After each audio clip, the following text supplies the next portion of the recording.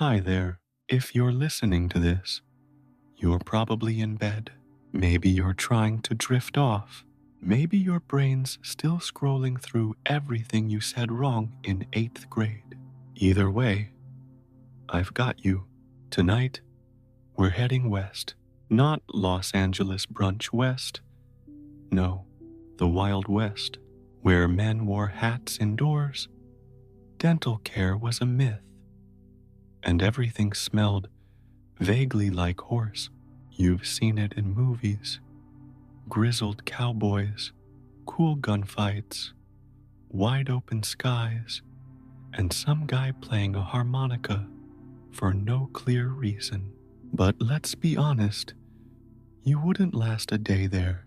Not an hour, actually, because the Wild West wasn't cool. It was dirty, loud, dangerous, and it had exactly zero air conditioning.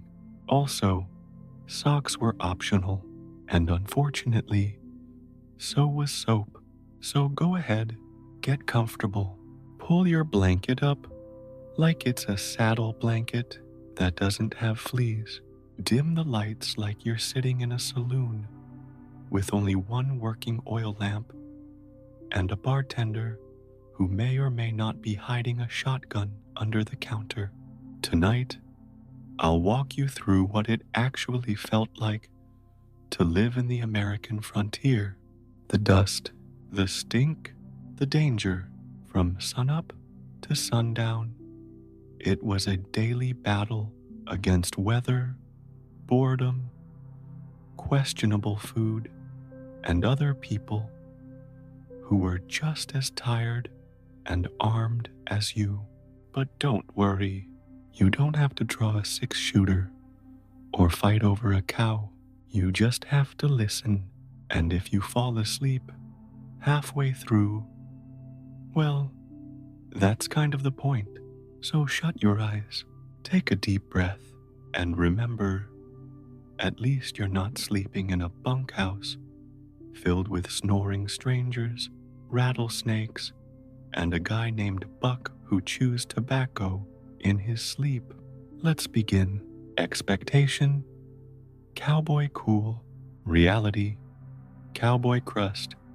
Yes, the Wild West, land of freedom, adventure, and conveniently dramatic sunsets.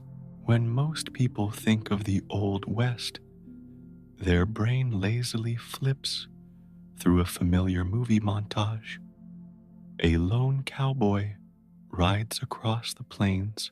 A horse snorts heroically. A tumbleweed tumbles by like it's collecting union wages. Somewhere, a harmonica sighs softly in the distance, probably played by someone who should have been asleep hours ago.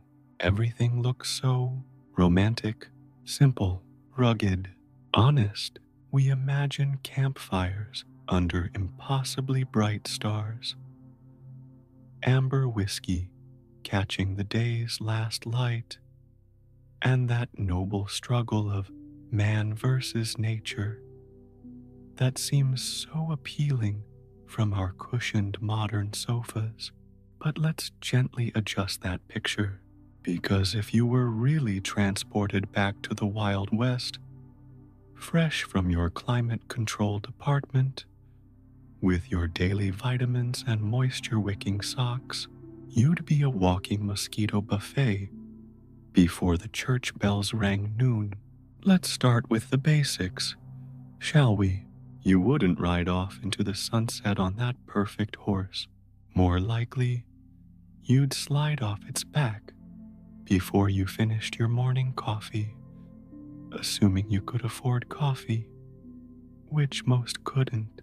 Horses weren't those loyal companions from the storybooks. They were expensive, temperamental work animals with distinct opinions about novice riders.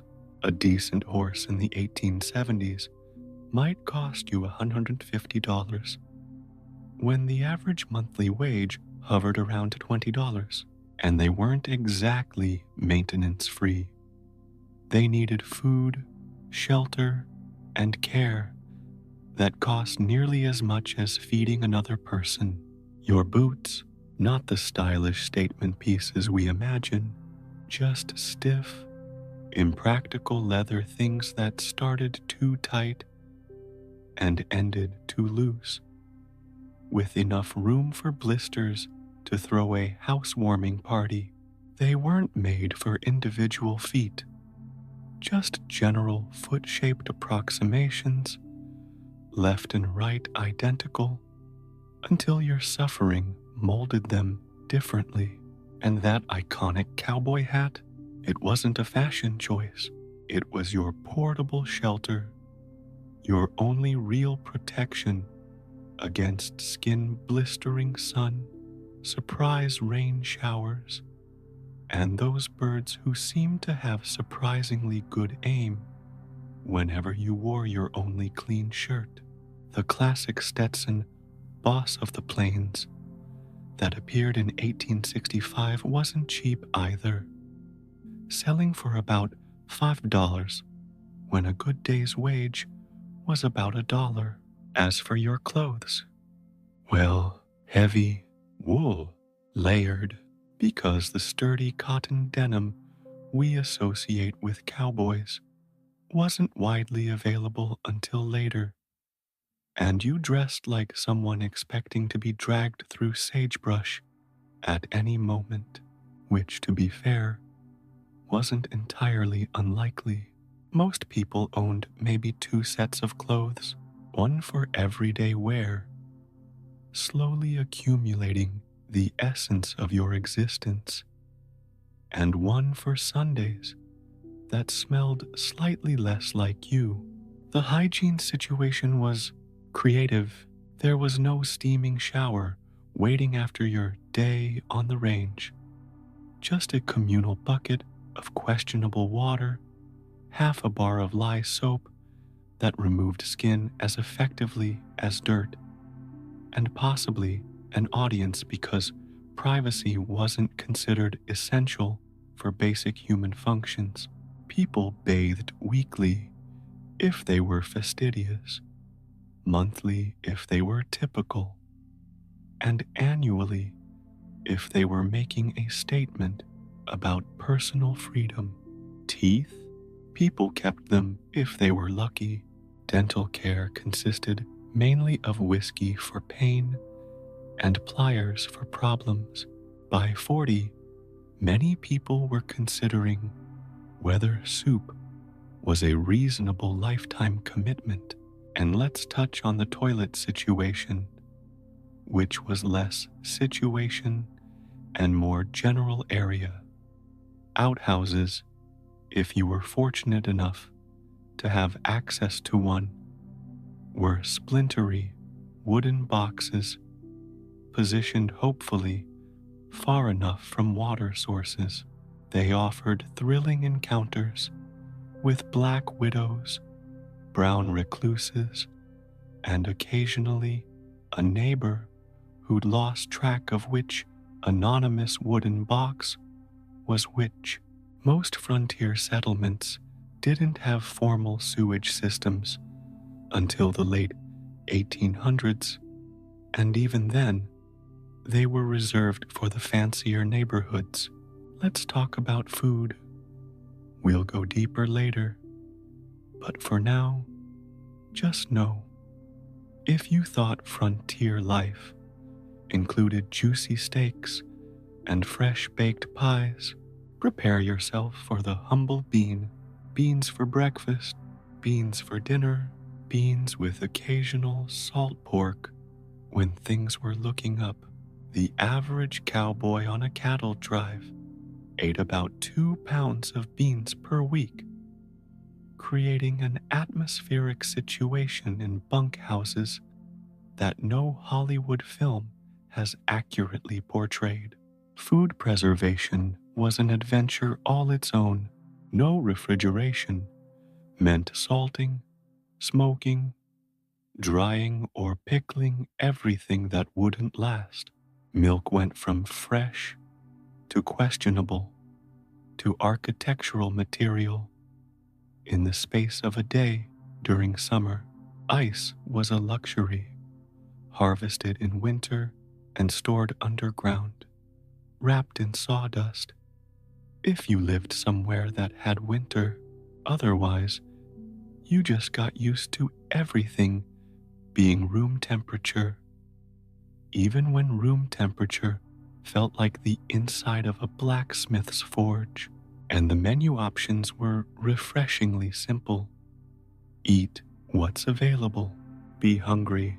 Consider whether that leather strap might be edible if you boiled it long enough. The weather, it wasn't just weather, it was a daily reckoning. Dust storms that found ways into body crevices you didn't know existed. Summer heat that made you understand why people hallucinated religious experiences in deserts. Winter cold that turned your words to ice before they left your mouth. The Homestead Act of 1862 offered 160 acres of free land to settlers, but neglected to mention that those acres might flood, freeze, or bake you, depending on the season. Romantic, I suppose, in the same way that chilblains are romantic if you're really committed to historical authenticity. So yes, the West offered freedom, the freedom to discover exactly how many ways the human body could be uncomfortable, the freedom to learn which plants wouldn't kill you through trial and potentially fatal error, the freedom to wake up and find a scorpion had decided your boot was prime real estate. Disease was less a possibility and more a seasonal visitor, like relatives you couldn't refuse. Cholera, dysentery, smallpox, typhoid fever. The frontier was a microbial playground. During the 1849 cholera epidemic, along the major pioneer trails, roughly 1 out of every 17 overlanders died. Medicine consisted largely of whiskey, questionable tonics, and prayers offered with increasing desperation. You didn't live in the Wild West. You endured it. And if you made it to evening without heat stroke, snake bite, or accidentally insulting someone whose conflict resolution strategy involved Bowie knives, congratulations, your reward was sleeping on a mattress stuffed with corn husks or prairie grass, possibly shared with bedbugs that had claimed territorial rights long before you arrived. Beds were luxury items. Many people slept on the floor, particularly in mining towns or cattle drive camps. If you had a pillow, it might be your folded up pants. The sounds that lulled you to sleep weren't chirping crickets and soft wind. They were the cacophony of a settlement where walls were thin and everyone's business became oddly communal. Snoring, arguments, celebrations, livestock, and the occasional gunshot that might be trouble or might just be someone expressing an opinion after too much whiskey. Speaking of which, that whiskey wasn't the smooth amber liquid served in clean glasses that we see in films. It was often called tanglefoot, tarantula juice, or nose paint for good reason, made with whatever grain was available, possibly filtered through charcoal if the distiller was feeling fancy, and sometimes enhanced with tobacco, molasses, or even rattlesnake heads for novelty. It wasn't sipped contemplatively. It was medicinal, social lubrication, and memory eraser all in one fiery gulp. Law enforcement? Somewhat theoretical in many places. Before established towns had proper sheriffs, justice was a community affair that ranged from sensible to spectacularly excessive. Lynch law wasn't uncommon, particularly in mining towns, where fortunes could be made or stolen overnight. Between 1882 and 1903, there were over 3,500 recorded lynchings in the United States, with a significant portion occurring in Western territories. So now that we've gently dismantled the myth and set it aside with a dusty, sympathetic pat, let's consider what a day in your life might actually entail. If you were just an average person trying to see another sunrise without adding your name to the local undertaker's appointment book, your day would start early, really early. Not, I need an extra coffee early, but the rooster is making a serious philosophical point about existence early. Around 4:30 a.m. in summer, maybe the luxurious hour of 5:30 in winter, you'd wake up because there was work to do, and that work directly connected to whether you'd eat that day. For a farmer or rancher, morning chores came first: feeding animals, milking cows if you had them, collecting eggs, and making repairs to whatever had broken since yesterday, which was always something. Water needed hauling from wells or streams, about 10 gallons per day for an average family's cooking and minimal washing. That's roughly 80 pounds of water you'd carry in buckets every single day. Breakfast would be simple: cornmeal mush, possibly with molasses if you were celebrating something, salt pork if you were prosperous, maybe biscuits if flour wasn't too dear.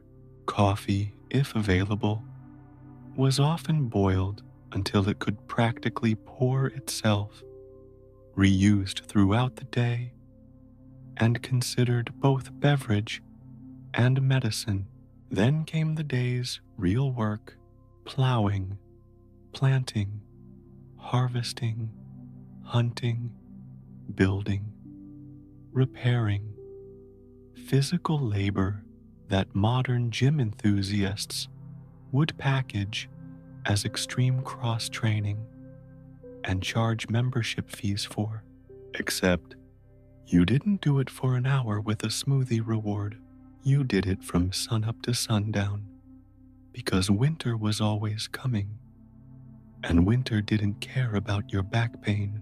For those in towns, work might mean a trade: blacksmithing, carpentry, shopkeeping, or service work in saloons, hotels, or brothels. Women's work, whether on homesteads or in settlements, was relentless: cooking, cleaning, childcare, gardening, preserving food, making soap, candles, and clothing. Monday was washing day, an all-day affair of hauling water, scrubbing clothes on washboards with lye soap, wringing them by hand, and hanging them to dry. About 8 to 10 hours of physical labor. Lunch, if you took it, was often cold leftovers from breakfast, maybe with some hard cheese, or dried fruit if you were fortunate. Then back to work until the light faded, because artificial lighting was expensive and generally terrible. Candles and oil lamps cast just enough light to avoid major furniture, but not enough to do detailed work. Evening brought a heartier meal: stews, beans, occasionally fresh meat, bread if you had flour to spare, then perhaps an hour of family time by lamplight, reading, if you could read and had something to read, or simple handcrafts, conversation, or just sitting because you were too tired to do anything else.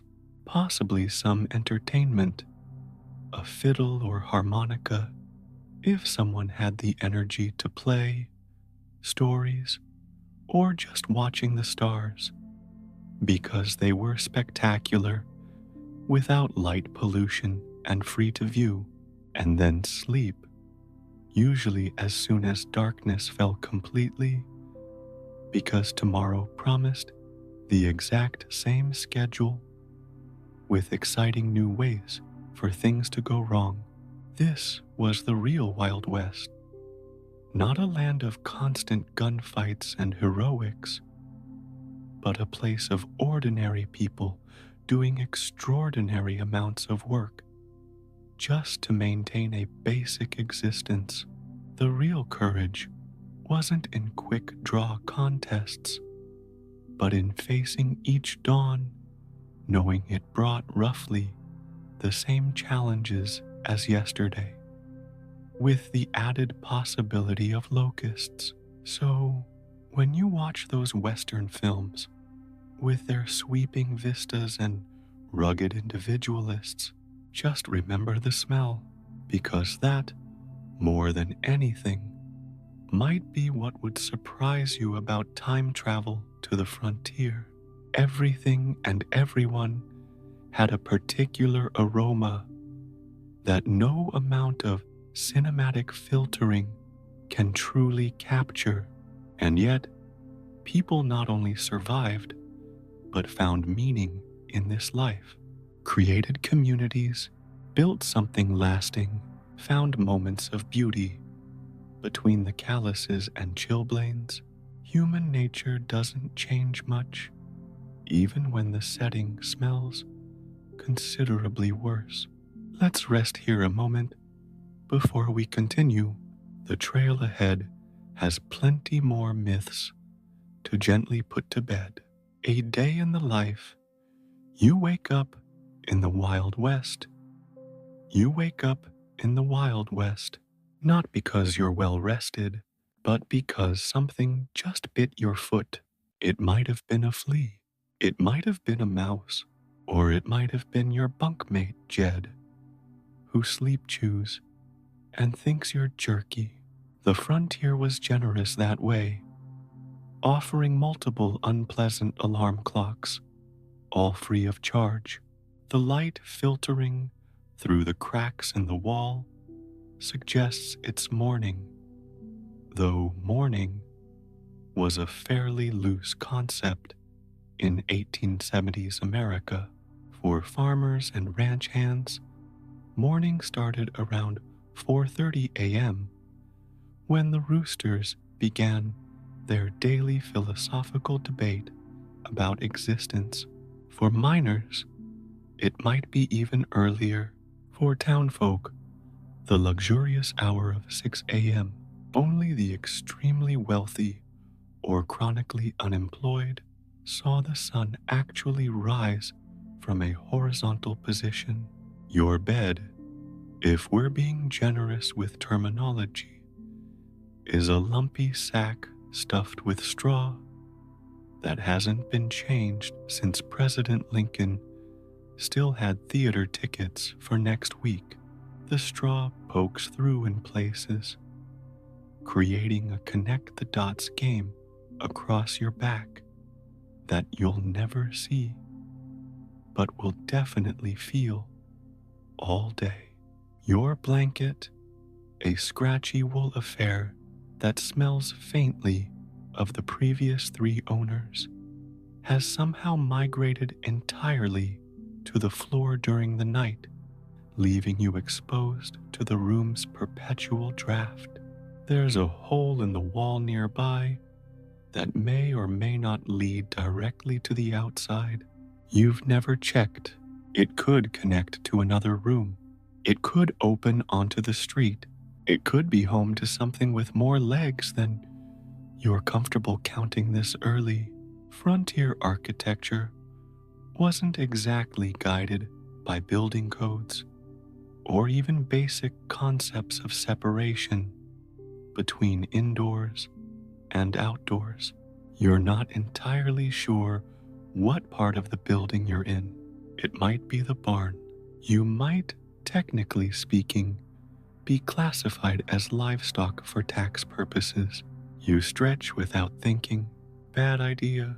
Your back makes a series of sounds, like someone slowly breaking kindling for a fire, and your knees offer a running commentary of your life choices thus far. The human body wasn't designed for frontier living, or rather, frontier living was specifically designed to test the outer limits of human endurance. Average life expectancy in the 1870s hovered around 40 years, which suddenly seems optimistic as you catalog the various aches acquired just from sleeping wrong. The air in your room carries a complex bouquet of aromas: wood smoke from last night's fire, sweat, yours and possibly others, leather, wool, and something vaguely organic that you sincerely hope is just old potatoes forgotten in a corner. Scent was information in the frontier.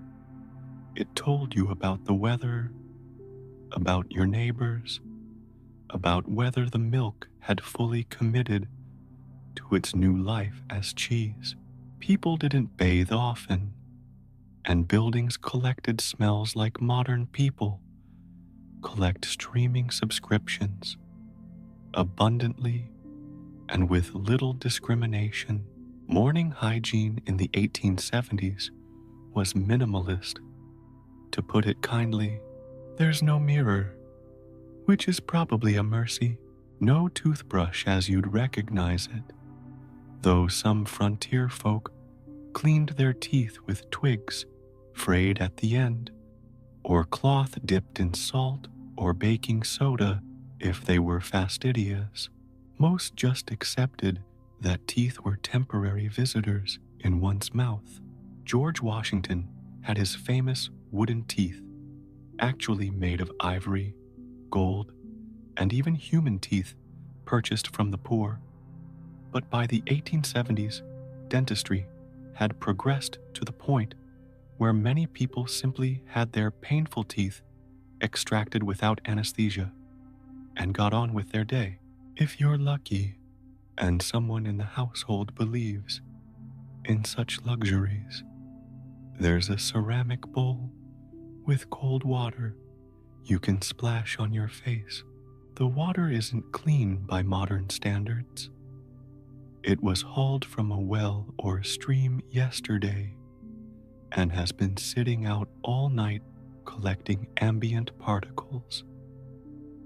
But it's colder than your immediate future, and sometimes that's all the comfort you can expect. You run your fingers through your hair in a half-hearted attempt at grooming. They come back with something. Some questions are best left unexamined before coffee.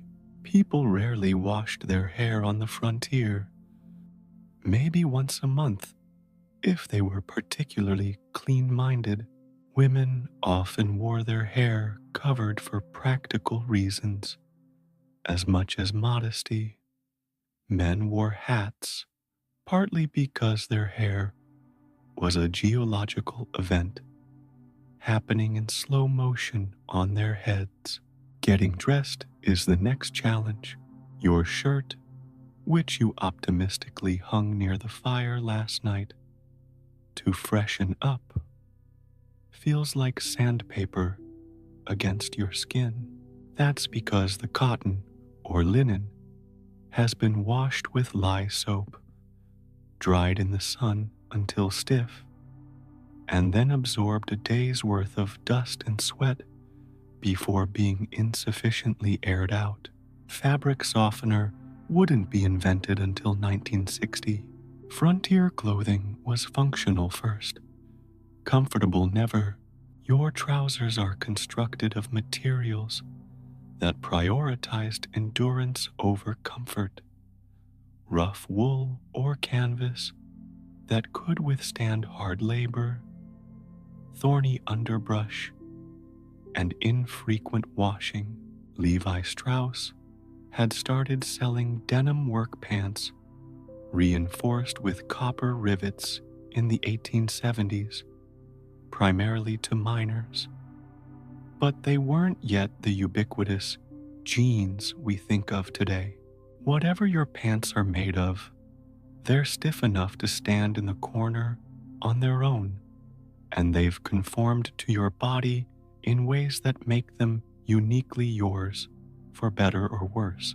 You pull on your boots with a sense of resignation. They're still damp from yesterday's river crossing, despite spending the night propped near the fireplace. The leather squelches unpleasantly as your foot slides in, finding the exact same uncomfortable position it occupied yesterday. Boots weren't made for individual feet in the 1870s.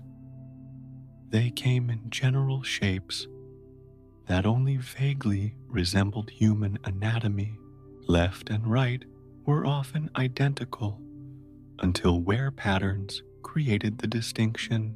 Breaking in new boots could take weeks of pain, blisters, and creative cursing.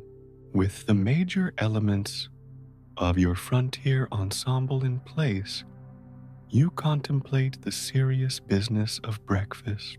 The morning meal in the Wild West wasn't the elaborate affair we might envision from modern brunch menus. It was fuel, plain and simple, designed to get you through to midday without your stomach staging a noisy rebellion. If you're on a ranch, it's beans, pinto, or navy beans, soaked overnight and simmered with salt pork or bacon fat if times are good. Maybe cornbread if the cook is feeling ambitious. If you're in a town with a boarding house or hotel, it's still beans, but possibly with an egg on the side if the chickens have been productive. If you're wealthy enough to have choices, it's slightly more varied fare. Maybe flapjacks made with sourdough starter, or salt pork fried until it's crisp enough to break teeth, assuming you've still got teeth to break. And then there's the coffee. It exists, technically speaking. It's strong, not artisanal espresso strong, more like this could be used to remove rust from hinges strong, bitter, gritty, often made with beans that were roasted to the edge of incineration to mask any rancidity or questionable quality. It wasn't filtered through paper or fine mesh. It was just boiled until the grounds surrendered and accepted their fate at the bottom of the pot. Coffee grounds were typically reused several times, each pot getting progressively weaker, but no less murky. Still, you drink it. You drink it because you need it. Because after a night on that straw mattress, with its resident wildlife and architectural support issues, you will not survive the day without chemical assistance. Besides, coffee was sometimes the only liquid that could be trusted not to cause intestinal distress, having been thoroughly boiled. if nothing else. With breakfast consumed and your body reluctantly vertical, it's time to face the day proper. You step outside into the clear morning light, momentarily blinded by the transition. The sun's already high enough to make you regret every life choice that led you here, and so is the dust, kicked up by passing horses, wagons, and the general business of a world not yet paved or planted over. You squint against the glare. No sunglasses. Those wouldn't become common for another half century or so. Just your hat, pulled down to shield your eyes. The hat was perhaps the most essential piece of frontier equipment, protecting against sun, rain, snow, and occasionally serving as an impromptu water bucket, fan, or weapon in a pinch. A good hat was an investment, maintained carefully and mourned deeply when lost. The day's labor depends entirely on your station in this frontier world. If you're a ranch hand, you've got cattle to move, fences to mend, horses to tend, and a dozen other tasks that all involve sweat, discomfort, and the distinct possibility of injury. Cowboys weren't the romantic figures of film. They were essentially outdoor factory workers, doing repetitive, dangerous labor for minimal pay, about $25 to $30 a month plus board, and even less recognition. If you're a blacksmith, you've got a day of standing near a forge in the heat, hammering metal into submission while trying not to burn, cut, or crush yourself in the process. A skilled blacksmith was essential to frontier communities, making and repairing everything from horseshoes to hinges, plows to pistol parts. It was relatively well-paying work, but physically demanding and technically challenging. If you're a shopkeeper, your day involves dust management, a losing battle, inventory concerns. Supply chains in the 1870s made modern shipping delays look trivial by comparison, and the delicate art of extending credit to customers who might disappear in the night or meet unfortunate ends before settling their accounts. And if you're just passing through, well, you've got nothing but time and the increasingly doubtful hope that someone, somewhere, might know when or if the stagecoach or train is coming. Public transportation in the frontier was aspirational at best, with schedules treated more like vague suggestions. The Transcontinental Railroad was completed in 1869, connecting the east and west coasts for the first time, but many areas remained isolated, served only by stagecoaches or wagon trains, with irregular schedules and questionable safety records. As you move through your frontier day, one thing becomes abundantly clear. Everyone looks tired. Not the modern, I stayed up too late scrolling through my phone. Tired. This is the bone-deep exhaustion of people who have fought physical reality itself before noon. Their faces are weathered by sun and wind, creased with premature age lines, eyes perpetually narrowed against dust and glare. People aged quickly on the frontier. A 30-year-old might easily be mistaken for 50 by modern standards. You step into the street, such as it is. In many frontier towns, Street was an optimistic designation for what amounted to a wide path between buildings. It's mud in the spring, dust in the summer, mud again in the fall, and potentially impassable in winter. Some larger towns had wooden sidewalks to keep pedestrians above the muck. But these were luxury items, not standard infrastructure. The soundscape of a frontier town was distinctly non-modern. You hear someone yelling about poker debts. Someone else is loudly negotiating the price of a horse. A preacher might be enthusiastically describing the exact temperature of hellfire awaiting sinners. Communication wasn't private or subtle. It was public, often loud, and frequently colorful in its vocabulary. Privacy was a concept with limited application in a world where walls were thin and community survival depended on knowing everyone's business. A dog barks at your passing. One of the ubiquitous frontier canines that served as both working animals and companions. Dogs in the Wild West weren't the pampered pets of modern life.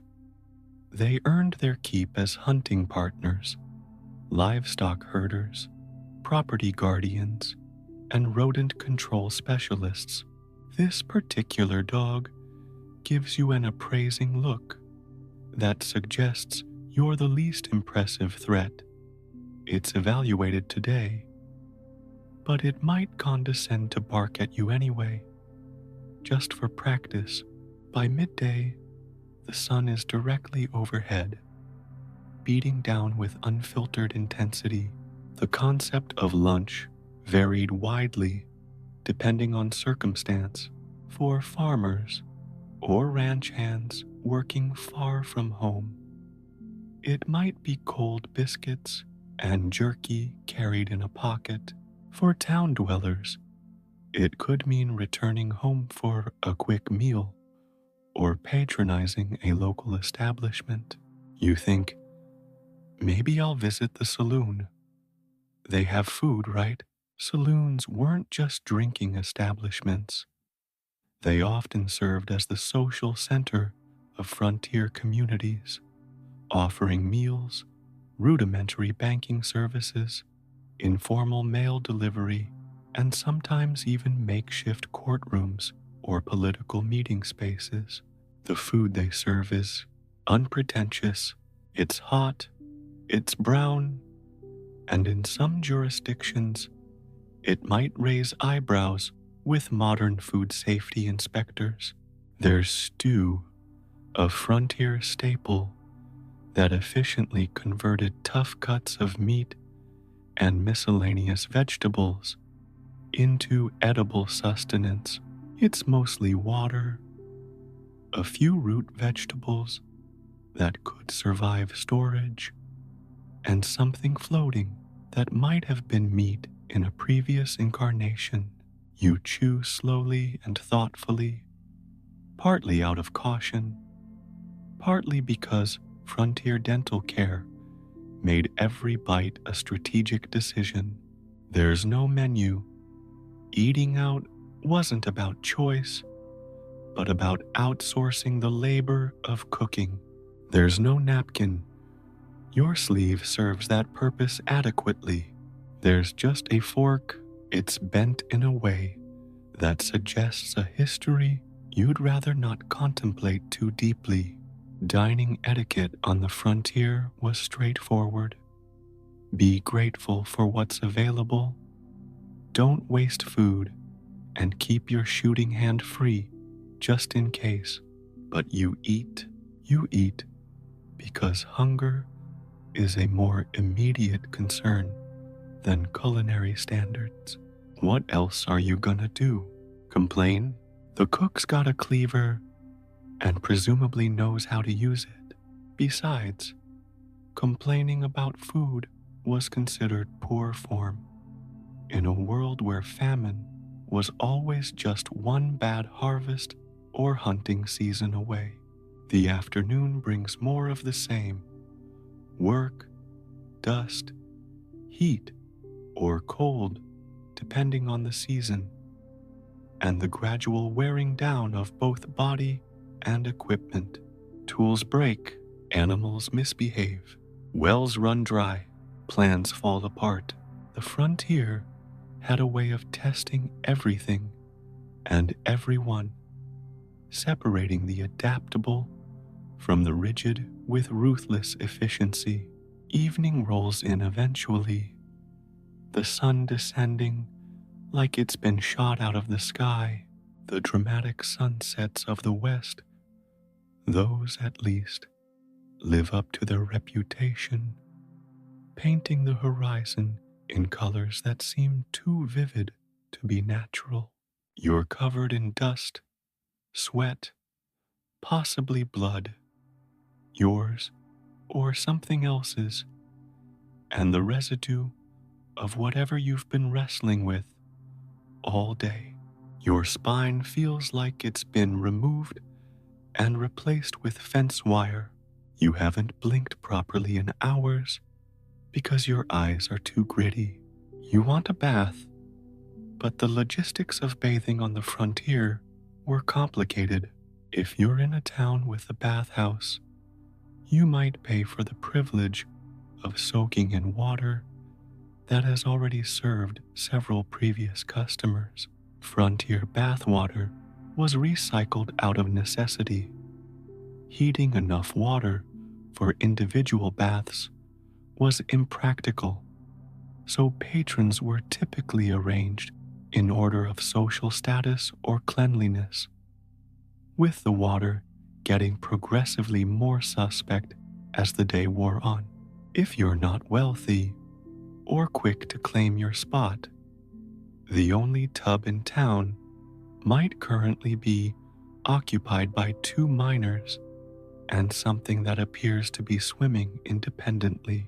If you're on a ranch or homestead, bathing might involve a creek, weather permitting, or a metal tub filled with water heated on the stove, a luxury reserved for weekly or even monthly occasions, often with multiple family members using the same water in sequence. So instead, you wipe your face with your sleeve, adding another layer to the geological record accumulating on your clothes, and find a place to sit as the day winds down. Maybe a crate outside the general store, maybe a chair on the porch, if you're fortunate enough to have one, and you watch the stars come out.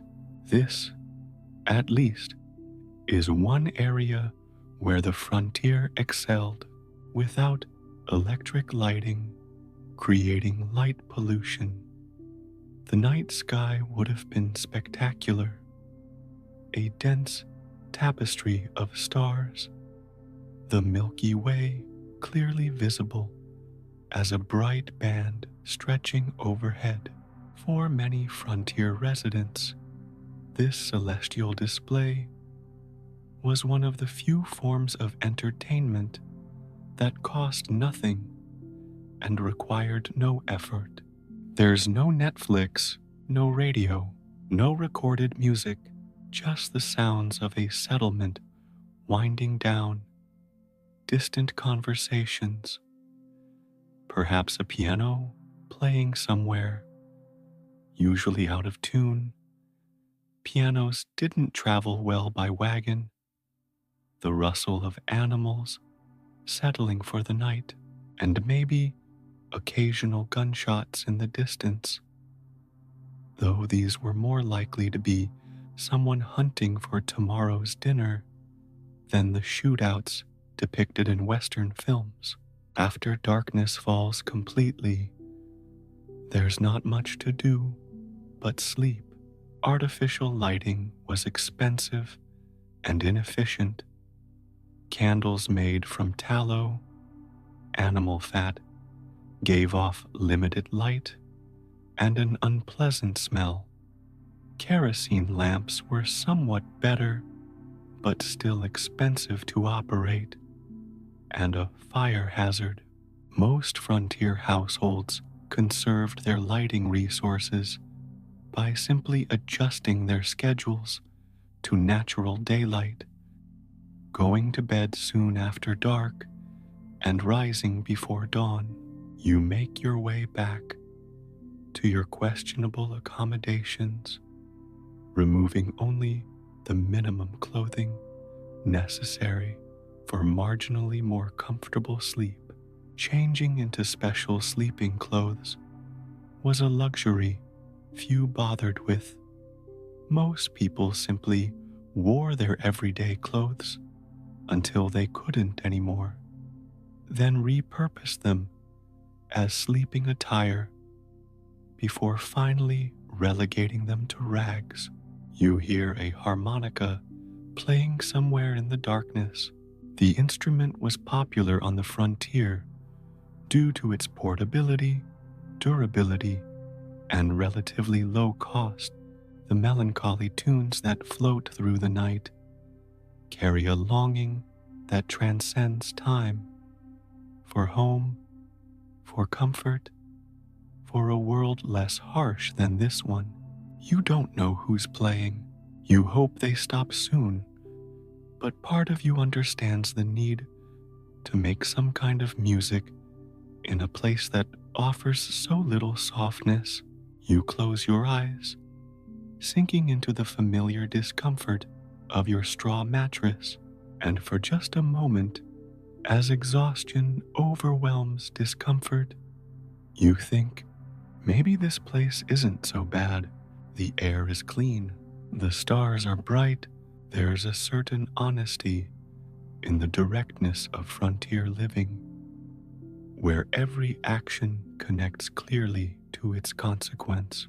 No bureaucracy, no traffic, no endless digital notifications demanding attention. Then the flea bites you again, right on the toe, a small, sharp reminder that romanticizing the past is a luxury afforded only to those who don't have to live in it. Welcome to the Wild West. You've almost survived one day, the key word being almost, because night brings its own challenges, and tomorrow promises an identical struggle with minor variations.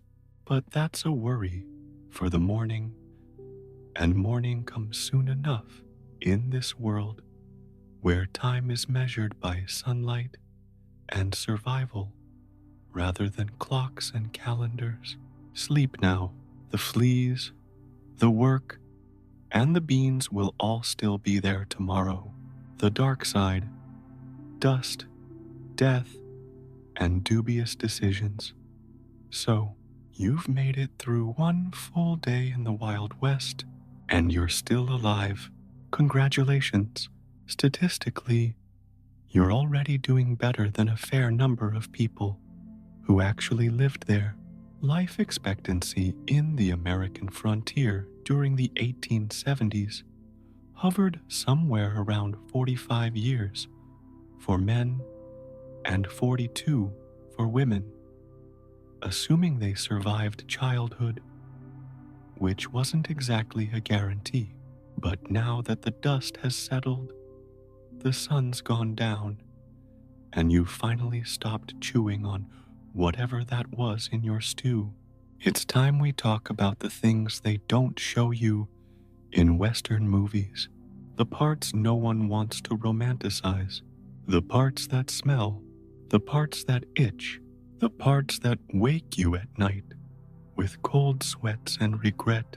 Because for every dramatic shootout under the noon sun, there were about 50 cases of dysentery behind a barn. For every heroic cavalry charge, there were hundreds of soldiers slowly dying of infected blisters, typhoid fever, and the special despair that comes from wearing the same socks for 3 consecutive months. Let's start with the big one: death. People didn't just die in the Wild West. They died fast. They died weird. They died of things that, today, would be solved with a single Google search and maybe 2 ibuprofen. In frontier towns, mortality wasn't an abstract concept saved for philosophical discussions. It was your neighbor on Tuesday and your drinking buddy on Friday. Death was ordinary, expected, sometimes welcomed, when the alternative was continuing to experience whatever medical situation had developed. The difference between minor inconvenience and picking out your burial outfit was often measured in hours, not weeks. Got a toothache? Good luck. The town dentist was probably also the barber, the blacksmith, and the sheriff's cousin with steady hands. Dental care in the 1870s was primitive in the kindest possible description. Your options were pull it out with pliers or wait until it falls out on its own, taking your will to live with it. Toothbrushes existed, but were luxury items made with animal hair bristles. Most people cleaned their teeth with cloth, salt, or just accepted that teeth were temporary visitors in one's mouth. Toothache pain was often treated with clove oil if available, or more commonly, whiskey, applied both internally and externally. Dentistry itself wasn't recognized as a true profession, requiring specific education until the late 19th century. Before that, anyone with basic tools and more confidence than sense could set up shop. Traveling dental practitioners might visit smaller towns every few months, extracting teeth, fitting crude dentures, and filling cavities with everything from gold, if you were wealthy, to lead, tin, or even cork, if you weren't. Got a fever? Time to bleed you with leeches and hope you don't start seeing ghosts. Doctors, and I use that word with historical accuracy rather than medical endorsement, treated illness with a fascinating blend of outdated theories, whiskey, mercury compounds, and an unwavering belief in trial and error. Mostly error. Medical education in the frontier was irregular at best. Some doctors had formal training from Eastern medical schools, but many simply apprenticed with another physician of equally questionable training, or in some remarkable cases, just decided they were doctors after reading a medical text or two. Medical licensing was essentially non-existent in most Western territories until the 1880s. The frontier doctor's toolkit was limited but creative. A typical physician's bag might contain laudanum, a tincture of opium, calomel, a mercury compound that caused profuse salivation and was thought to purge disease, quinine for malaria, various herb-based poultices, and perhaps a few surgical instruments that wouldn't look out of place in a modern horror film.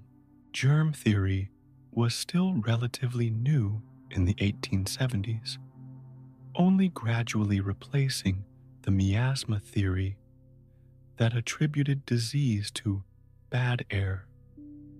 Surgical instruments might be wiped clean between patients, but true sterilization was rare.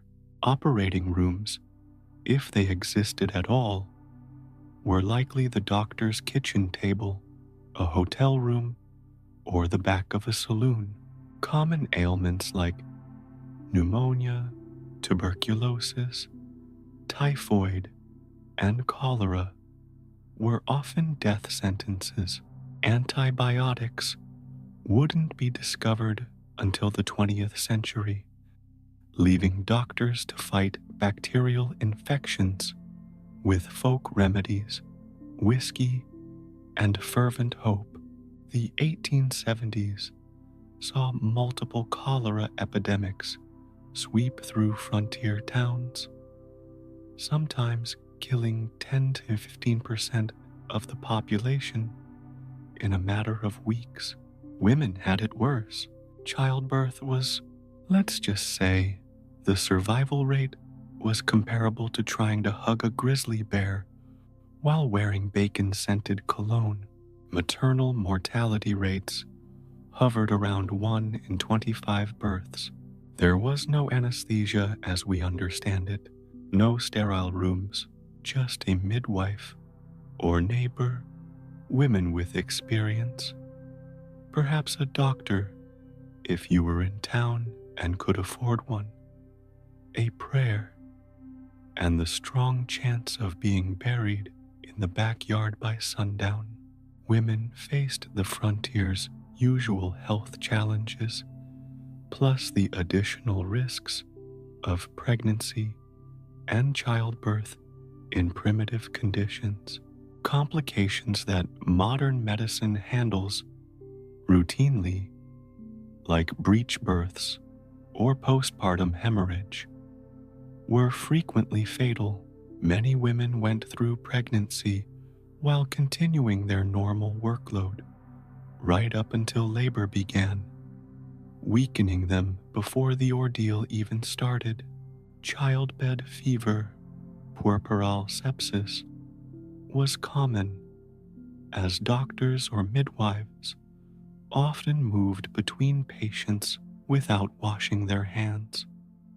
A woman might survive delivery only to develop an infection days later, leaving her husband with a newborn and several other children to raise alone, a situation that often led to hasty remarriage out of desperate necessity rather than romantic inclination. And the men, they dropped like flies, bar fights, bad water, infected scratches, falling off horses, stepping on snakes, sleeping with someone's wife.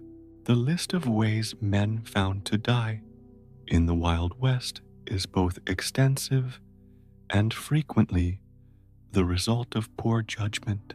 Mining accidents, drowning during river crossings, getting caught in machinery, falling off buildings during construction.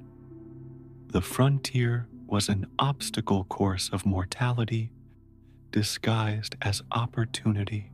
Work-related deaths were commonplace and generally uncompensated. No workers' compensation existed. If you died on the job, your family was simply out of luck. Major construction projects like railroads had death rates that would be considered war crimes today.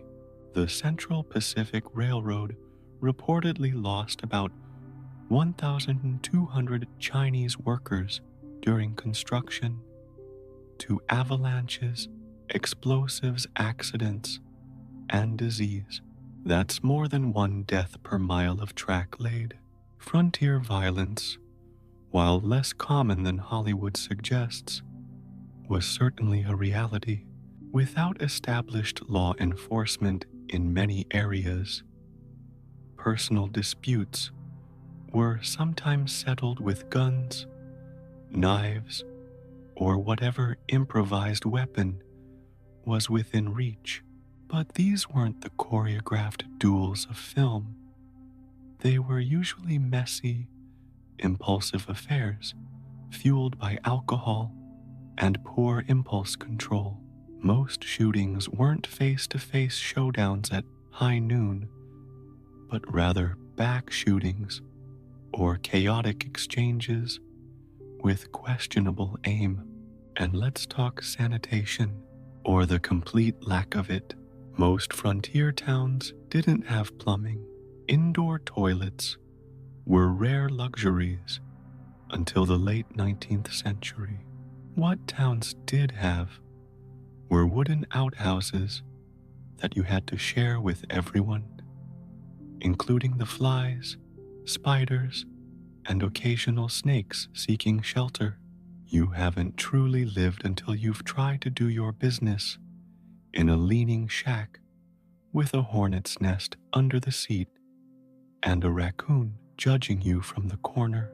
Outhouses were typically built at a distance from the main dwelling for obvious olfactory reasons, and moved periodically when the pit beneath filled up. The old pit would be covered with dirt, and the outhouse relocated, creating a sort of grim historical record beneath the yards of frontier homes. Toilet paper, as we know it, wouldn't be widely available until the 1880s. Instead, people used corn cobs, leaves, catalog pages, newspapers, or whatever was available, adding splinters to the already substantial list of outhouse hazards. In towns, waste disposal was haphazard at best. Garbage might be thrown into streets, vacant lots, or the nearest water source. Slaughterhouses and tanneries often dumped their particularly noxious waste directly into the same streams people used for drinking water. The connection between contaminated water and disease was understood by some educated folks, but practical solutions were limited. Baths once a week, maybe, if you were rich or particularly fastidious. More likely, it was once a month during cold weather. If you were a laborer, a cowboy, or anyone without regular access to heated water, you wiped your face with a damp cloth and called it good. People smelled like effort, like horse, sweat, and sometimes just horse. Personal hygiene was a luxury constrained by practical realities. Water had to be hauled, heated, and conserved. Soap was often homemade from ash and rendered animal fat, effective but harsh on skin and clothes alike. Commercial soap existed, but was another expense that many frontier families minimized. The Saturday night bath was a frontier institution when it happened at all. The entire family using the same tub of water in order of seniority, with the youngest children last in increasingly dubious waters. By the time the youngest got their turn, they weren't so much bathing as receiving a thin veneer of family essence. Clothes weren't washed, they were aired out. Laundry was a major production requiring significant time and labor. In many households, it was done monthly at most. Clothes were worn until they stood up by themselves, then perhaps beaten against rocks in a stream, if opportunity allowed. Shoes weren't changed seasonally like our modern wardrobes. They were repaired with whatever string, nails, or hope was available until they disintegrated beyond salvage. Lice, fleas, and bedbugs were so common as to barely merit comment. They were unwelcome, but expected roommates in most frontier dwellings. Treatment involved various toxic substances, mercury compounds, kerosene, tobacco juice, applied directly to the skin or scalp, possibly trading parasites for chemical burns in a classic frontier health exchange. And then there were the animals: rats, rattlesnakes, coyotes, wolves, bears, mountain lions, chickens with attitude problems, mosquitoes carrying malaria and yellow fever, ticks bearing diseases not yet named or understood. The frontier was not just populated by humans, it was a complex ecosystem where people were sometimes just convenient food sources for the established residents. Most houses were not sealed against the elements or small visitors, which meant waking up to find a snake on your floor was less of a nightmare and more of a Tuesday. Finding a scorpion in your boot was just a reminder to always shake them out before putting them on. Frontier construction typically involved green lumber that shrank as it dried, creating gaps between boards that might as well have been welcome signs for various creatures. Chinking between logs settled and fell out. Dirt floors provided easy access for burrowing animals. Windows often lacked glass, using oiled paper or cloth coverings instead. Easily breached by determined wildlife, livestock wandered through town like they owned the place, and often they kind of did. Before fencing became common, free-range livestock was the norm. Cows got priority on roads. A stampede didn't stop for pedestrians. Horses had better instincts than most humans and were treated with appropriate respect. And pigs, don't turn your back on a pig, ever. They're smarter than you think and meaner than you'd like. Frontier pigs were semi-wild omnivores that would eat virtually anything, including occasionally unwary children. The hierarchical relationship between humans and animals was more negotiated than dictated in frontier settings. You could claim dominion over nature all you wanted, but the bear didn't attend that particular sermon and had different ideas about territory. But the real threat, other people, because in the Wild West, everyone was armed and bored and hot and just a little drunk. More often than not, firearms were tools as much as weapons, necessary for hunting, protection from wildlife, and the occasional dispute resolution, but they were also extremely dangerous in untrained hands, which described most people carrying them. Accidental shootings were common enough that they received only passing mention in local papers, unless the victim was particularly prominent. Alcohol consumption in frontier communities would alarm modern health officials. It wasn't unusual for men to start the day with a shot of whiskey, partly tradition, partly water purification, partly self-medication for whatever ached that morning. Saloons were community centers as much as drinking establishments, serving as meeting places, informal courthouses, and occasionally emergency medical facilities.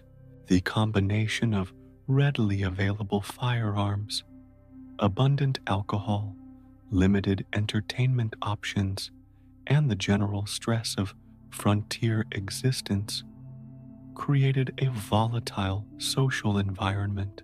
Insults turned into brawls, brawls turned into duels, duels turned into funerals, and funerals turned into awkward small talk around cold beans and whiskey, with everyone privately calculating How long was respectful to wait before courting the new widow? You didn't just have to worry about the weather or wild animals. You had to worry about that guy across the bar who thinks you looked at his mule funny, or the one who's convinced you cheated at cards last week, or the one who just arrived in town and needs to establish his reputation by challenging someone, anyone, preferably someone who looks like they might not shoot back effectively. Justice was flexible. Sheriffs were elected by popularity, not competence. Some had no law enforcement experience whatsoever before pinning on a badge. Their jurisdiction was often unclear, their authority disputed, and their life expectancy questionable at best. In remote areas, the nearest lawman might be days away by horseback and might not consider your problem worth the journey. Juries, when trials actually occurred, were made up of the same people you competed with for business, cheated at cards, or owed money to. Impartiality was a theoretical concept rather than a practical reality, and the nearest judge might be 2 towns away, traveling a circuit that brought him to your community once every few months, assuming he hadn't been shot, fallen ill, or decided the pay wasn't worth the hassle. In the absence of formal law enforcement, frontier justice took creative forms.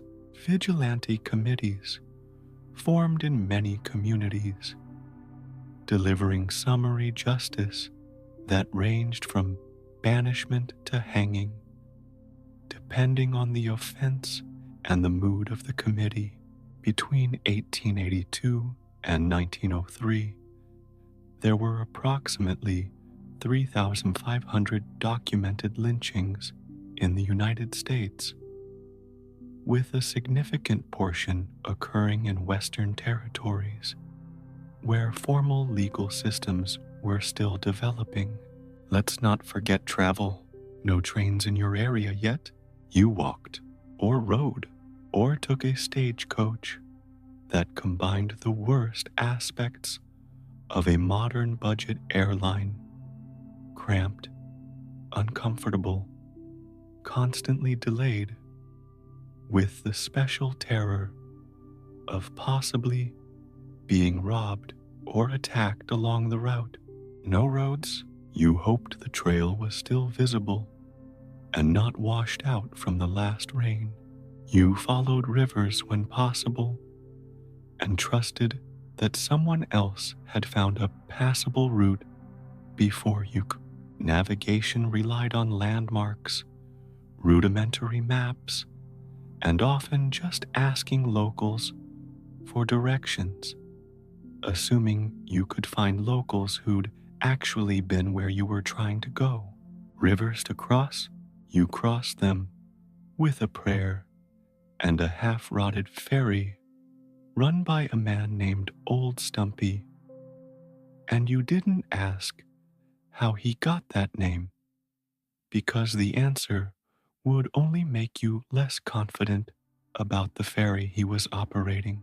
Or you forded them directly, gambling that the current wasn't too strong and the bottom wasn't too treacherous.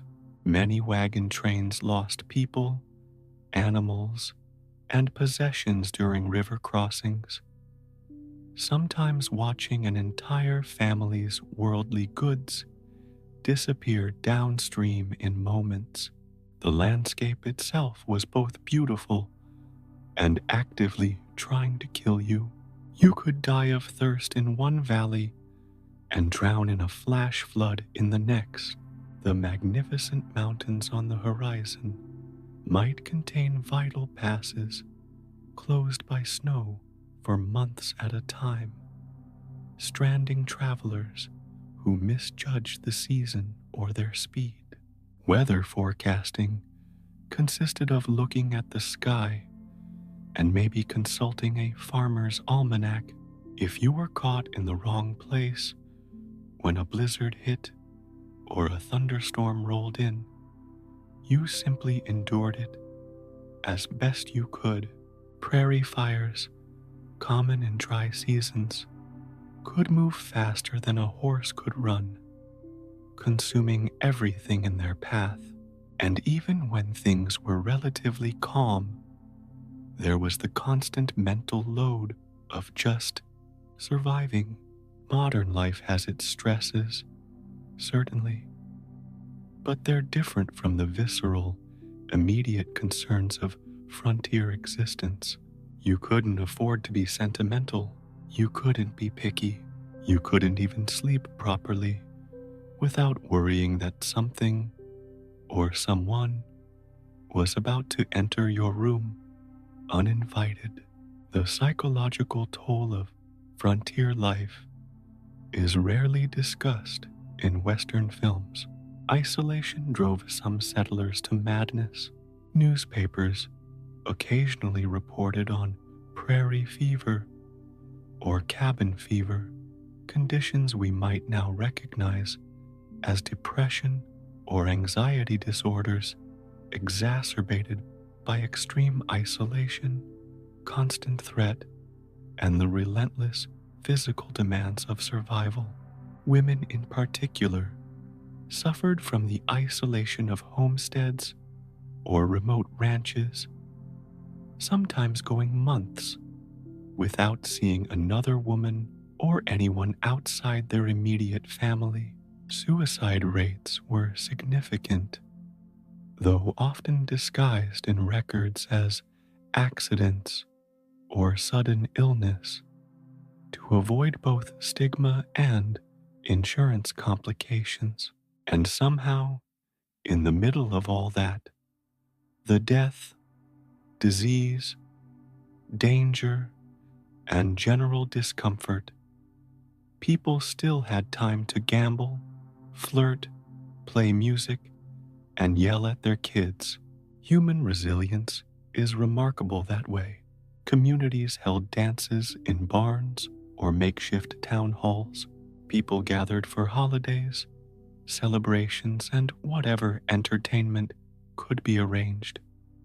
Traveling theater troupes, medicine shows, or just someone who could play a fiddle and wasn't too drunk to remember the tunes.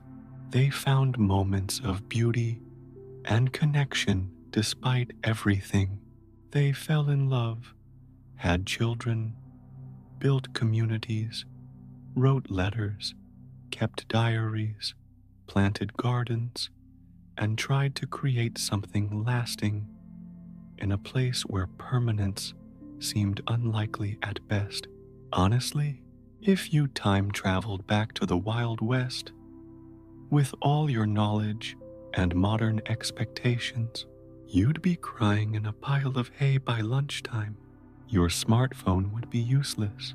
Your expectations of personal space would be hilarious. Your concepts of hygiene would be impractical.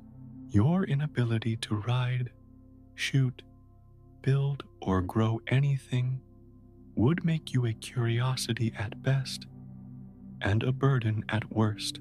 Because the truth is, life back then wasn't about dreams or self-actualization or finding your passion. It wasn't about Instagram-worthy landscapes or authentic experiences to share with followers. It was about endurance. You didn't thrive. You just lasted one dusty, itchy, stomach-upsetting day at a time.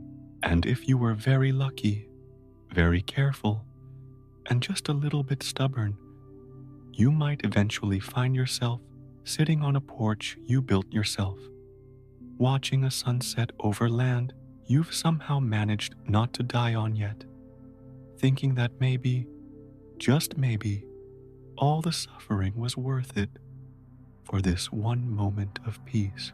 Before the mosquitoes find you again, history in slow motion Wild West moments that actually happened by now.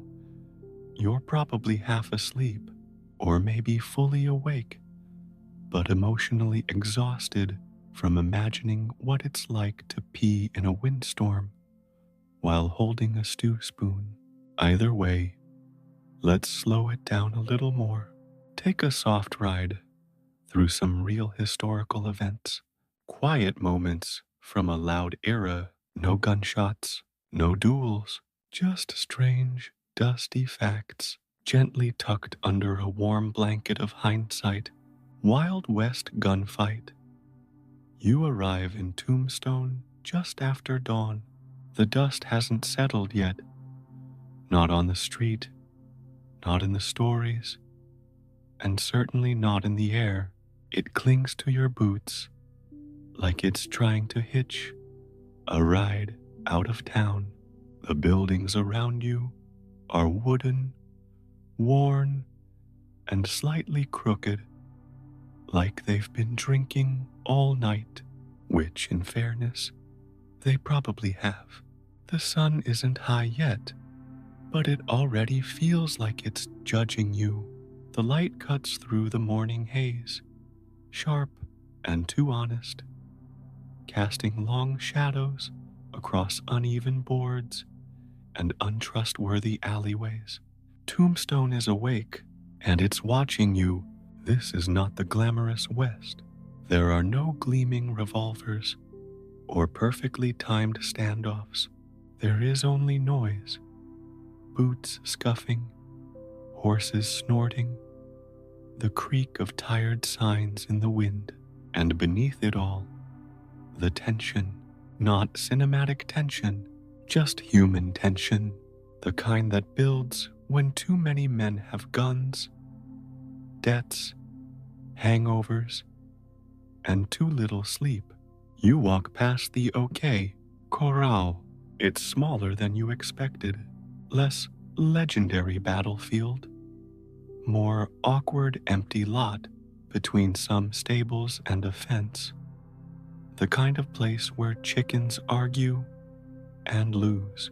And yet, this is where it happened. The gunfight, the one that would become myth. 30 seconds of bullets, followed by 140 years of exaggeration. Here's what really happened. Tombstone, Arizona Territory, October 26th, 1881. The town was booming, bloated with silver, speculation, and saloons. Everyone was there to get rich or die trying. Some did both. And in the middle of it all, lawmen, outlaws, and that blurry space in between where most people actually lived. The Earp brothers, Wyatt, Virgil, and Morgan, were part-time peacekeepers and full-time participants in a town with more drama than law. Then there was Doc Holliday, gambler, dentist, and professional bad decision in a vest. Opposing them, the Cowboys, a loose gang of ranchers, rustlers, and generally unhelpful individuals with names like Ike Clanton and Billy Claiborne. They didn't like being told what to do, especially by men who wore badges like suggestions. Tensions had been building for months, arguments over cattle, accusations of robbery, drunken threats, and not so subtle warnings. It was only a matter of time before someone pushed too far. That someone was Ike Clanton. He showed up in town the night before the gunfight, already drunk and loudly furious. He said things, loud things, about what he'd do to the Earps, about who was going to die, about how little he cared for law, order, or sobriety. The Earps heard. Everyone heard. The next morning, the Cowboys were spotted gathering, armed, agitated, and not particularly coordinated, near the OK Corral. The Earps joined by Doc Holliday, walked down Fremont Street to confront them. They weren't looking for a fight, they claimed, just to disarm the men, just to keep the peace, just to stop the town from exploding. And then, just after 3 p.m., it happened. No one knows who fired first. That's the funny part. You'd think with all the witnesses, someone would know, but the smoke came fast. And so did the bullets. 30 seconds. That's all it took. 30 seconds of shouting, shooting, stumbling, falling. 30 seconds that would echo forever. When it was over, 3 cowboys were dead. Virgil and Morgan Earp were wounded. Doc Holliday had a graze on his hip. Wyatt didn't get touched, not even a scratch, because of course he didn't. The town didn't cheer. It panicked. Violence, even justified, was bad for business. There were funerals, there were court hearings, there were newspaper headlines that added 5 extra gunshots and 3 extra villains for flair. The gunfight at the OK Corral wasn't the biggest or the bloodiest. It wasn't even the most important, but it was close. Close to the saloon, close to the courthouse, close to the way people like to tell stories. Short, loud, and with clear good guys and bad guys. But if you'd been there, you'd remember the smoke. You'd remember how fast it all went.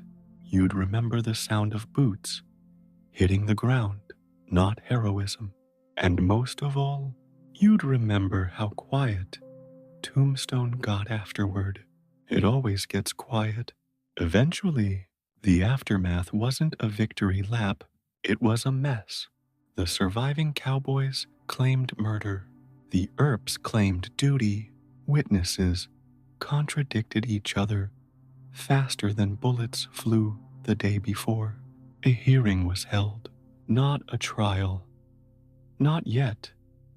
Just a justice of the peace, trying to make sense of the smoke and the shouting. For over a month, people gave testimony. Some said Wyatt was a hero.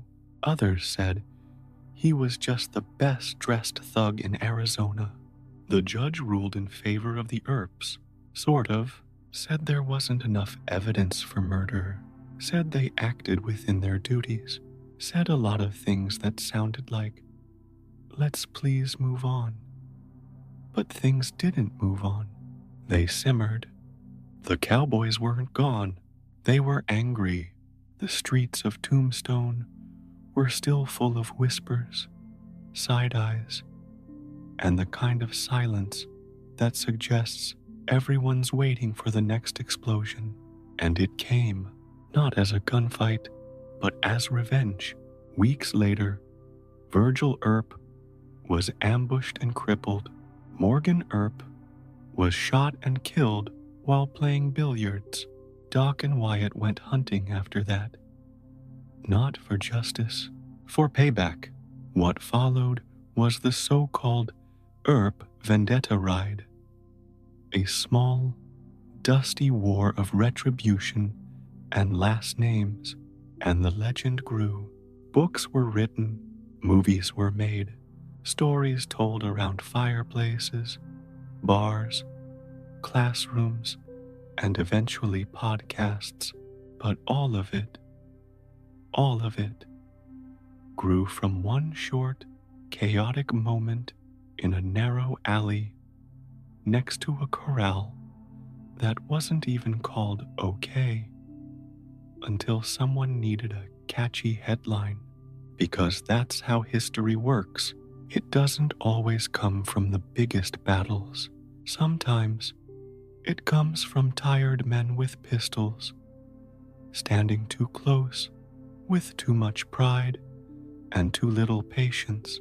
Sometimes it only takes 30 seconds. Stagecoach robbery. You're not exactly sure where this road leads. There's no sign, just a dusty trail. winding between two lonely hills, the kind that dare you to follow them just to see where they stop caring. There's a dry wind in your face, and the sky is doing that strange western thing, looking enormous and empty, like it forgot to include clouds today. And that's when you see it, a shape in the distance, bouncing, swaying, kicking up a trail of dust, like it's late for something. It's a stagecoach. If you've ever imagined the Old West, you've probably pictured one. Maybe you see it as a symbol of travel, of commerce, of progress, a wooden box on wheels pulled by horses and hopes. But in 1856, that box carried something more valuable than letters or passengers, gold, and that made it a target. This is the story of the first stagecoach robbery in the American West. And like most firsts, it was messy, unplanned, and destined to be remembered not for its success, but for what it started. The man behind it all? Tom Bell, doctor, outlaw, and man of extremely poor career planning. Before he started robbing coaches, Bell was a physician, trained, licensed, and with the kind of handwriting that terrified pharmacists. He served in the army as a contract surgeon during the Mexican-American War. He saw blood, death, disease, the usual resume for someone who eventually decides to take up armed robbery. Somewhere along the way, Tom decided medicine wasn't paying enough, or maybe he just wanted excitement. Either way, he drifted west with the gold rush crowd and failed at prospecting, at poker, at staying employed, so he reinvented himself. Badly, by 1855, Bell was running with a small gang of equally underqualified criminals. They weren't famous yet, just desperate. They'd tried a few petty crimes. Then someone had a bold idea. Let's rob a stagecoach. It was new territory. Stagecoaches were fast, guarded, and hard to stop, but they also carried gold shipments. And the one Bell's gang targeted was said to hold over $100,000 in bullion. The plan was simple, which is usually a warning sign. Intercept the stage near Stockton, California, set up an ambush, surprise the guards, grab the gold, ride off like legends. Only problem: execution. The ambush was clumsy. The robbers panicked. Shots were fired. Passengers were hit. A woman died, and the gang barely escaped with a fraction of the loot and even less dignity. Bell fled into the hills, chased by angry citizens, deputies, and the kind of posse that didn't wait for due process. He didn't get far. They caught him within days, tried him, hanged him. No dramatic speeches, just a dry rope, a dusty wind, and the first stagecoach robber becoming the first example of what happens when crime goes off script. But let's pause for a moment here, because what makes this story so fascinating isn't just the robbery. It's the fact that Tom Bell was, in many ways, ahead of his time. He wasn't your standard outlaw. He didn't drink much. He wasn't known for saloon brawls, and he probably wore cleaner clothes than the sheriff. He saw an opportunity in a growing world. California was buzzing. Gold, trade, railroads, and right there in the middle of it, the vulnerable stagecoach, carrying not just passengers and mail, but gold bars, payrolls, and government contracts all bouncing across unguarded terrain with nothing but a rifle and a prayer. So let's zoom out for a moment. Stagecoaches were the arteries of the American frontier. Before the railroads stitched the country together, these dusty wooden wagons were how people moved west, how families stayed in touch, how money got from bank to bank. You could be in San Francisco and send a letter to Missouri, and if the horses didn't die and the road didn't wash out, it might get there in a couple weeks. The service was often run by companies like Wells Fargo and Butterfield Overland Mail. They promised speed, safety, and punctuality. 3 words the West was still learning how to spell. Still, they were a marvel for the time. A stagecoach could cover 100 miles in a day. That might not sound impressive until you realize they did it with no pavement, no shocks, and frequent stops to change exhausted horses. Inside the coach, you'd find cramped passengers clinging to handholds and optimism. The ride was bumpy, the air dry. Conversation ranged from polite coughs to existential groaning. Dust came in through every crack. Luggage was tied to the roof like an afterthought, and somewhere in the back, wrapped in layers of canvas and prayer, was the strong box, the treasure chest. That's what caught Belle's attention. Gold from the mines, payroll for troops, coin from the U.S., mint. It all traveled in those same bouncing wagons, protected by a guard with a shotgun and nerves of questionable strength. The strong box was placed under the driver's seat or in a hidden compartment, and while guards were trained to defend it with their lives, well, training only went so far. Tom Bell knew these men weren't soldiers.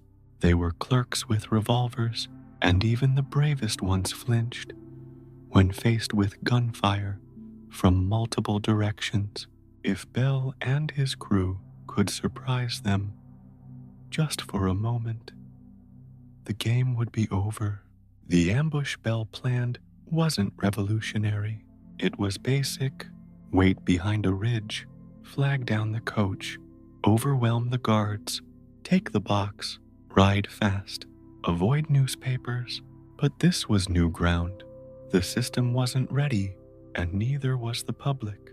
The news of the robbery spread faster than the coach had ever traveled. Headlines screamed of lawlessness. Editorials warned travelers to carry weapons, prayers, or both. Local sheriffs started riding in pairs. Wells Fargo increased security and quietly revised its hiring standards. It changed everything because Bell's robbery planted a thought, a dangerous one, in every would-be outlaw's mind.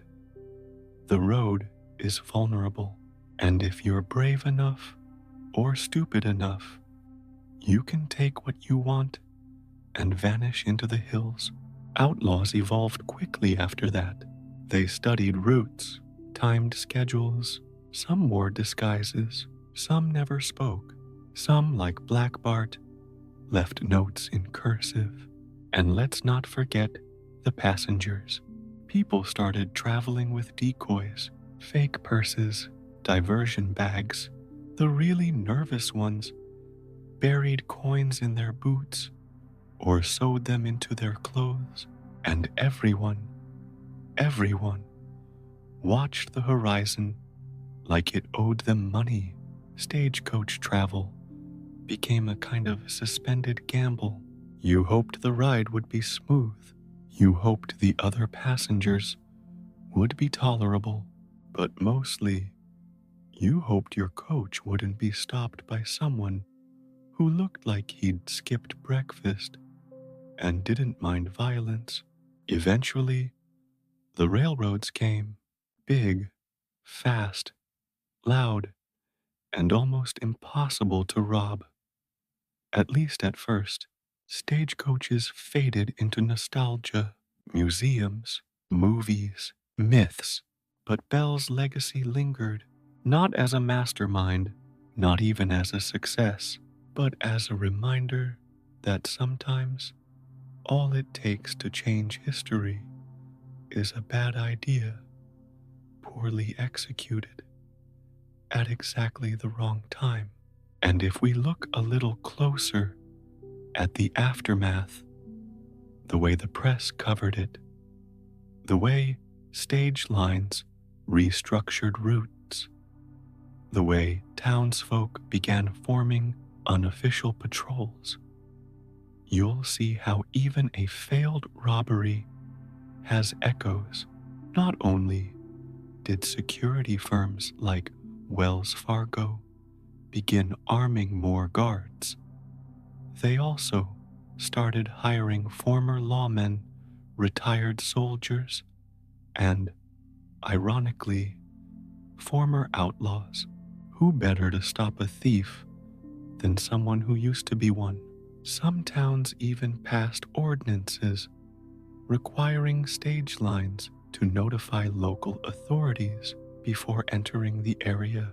Riders were advised not to flaunt valuables. Roadside inns became fortified rest stops. Robbery drills, yes, drills, became part of training for stagecoach drivers. Tom Bell, the failed robber, accidentally professionalized stagecoach security. In a strange way, he also helped shape the legend of the West itself. The idea of wide, empty land where anything could happen, and often did, a place where men with dreams and guns could change their fate in an instant, even if that instant ended at the end of a rope. And so, next time you see a dusty trail winding through the hills, think of Tom Bell, doctor, desperado, and reluctant innovator, a man whose story reminds us that history isn't always written by the victors. Sometimes it's written by the ones who were just foolish enough to go first. He wouldn't live long, but he'd be remembered longer than most who did. And somewhere, far off down that same trail, the dust hasn't quite settled yet. A new coach is coming, a new story is beginning, and history, strange, dusty, oddly poetic history, is always waiting for someone foolish enough to try again. Golden Spike Ceremony. You wake up with the sun already clawing at your eyelids. The air smells like dust and something mechanical. Warm iron, scorched oil, and the faint whiff of yesterday's tobacco. You sit up on a stiff cot inside a canvas tent that never quite keeps the morning chill out. The year is 1869, and today, something important is going to happen. The kind of thing that ends up in books, even if nobody sleeps well the night before. You're in Promontory Summit, Utah Territory.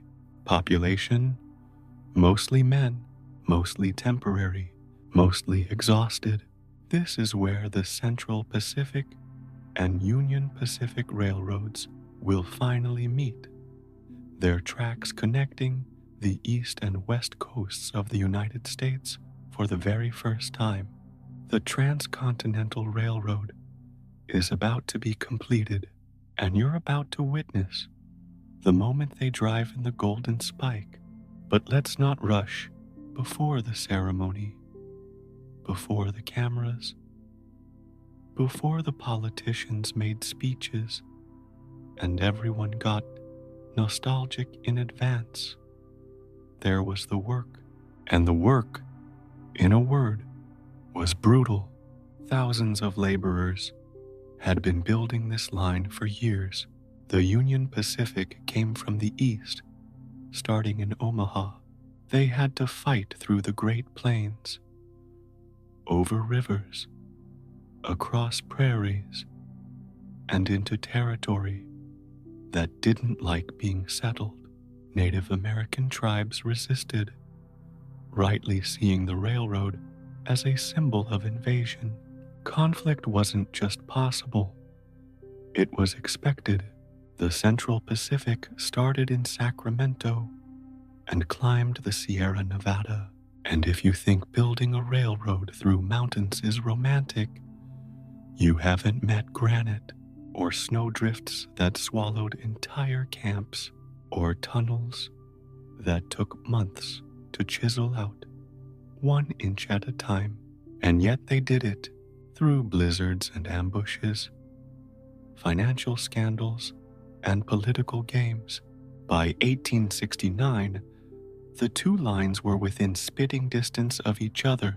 The men were filthy, hungry, overworked, and paid less than they deserved. So it makes sense that when the Golden Spike was announced, a ceremonial event to mark the last connecting rail, not everyone was in a cheering mood, especially the laborers. Let's talk about them.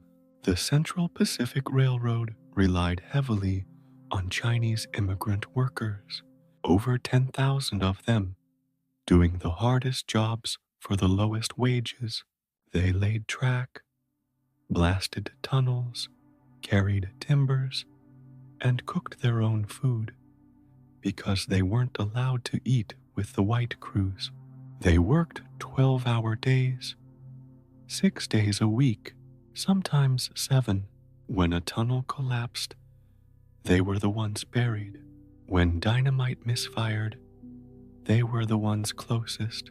And yet, during the Golden Spike ceremony, almost none of them were invited. What the newspapers showed were the VIPs, railroad executives, military officers, newspaper men, all dressed in coats that hadn't seen labor in their lives. Photographers set up their cameras, flags fluttered, someone read something ceremonial, and then there it was, the Golden Spike. Yes, it was real, cast from precious metal, carefully engraved, but it wasn't the spike that actually held the rail in place. That was just for show, a stunt. When it was time, Leland Stanford, a man who made his fortune on the backs of people he never saw, stepped forward to swing the hammer. He missed. The hammer struck the rail instead. The moment was awkward, but the telegraph still tapped out the signal. Done. That word raced across the wires. Bells rang in San Francisco. Cannons fired in New York. Crowds cheered from coast to coast. It was over. The continent was connected. Except, of course, it wasn't over.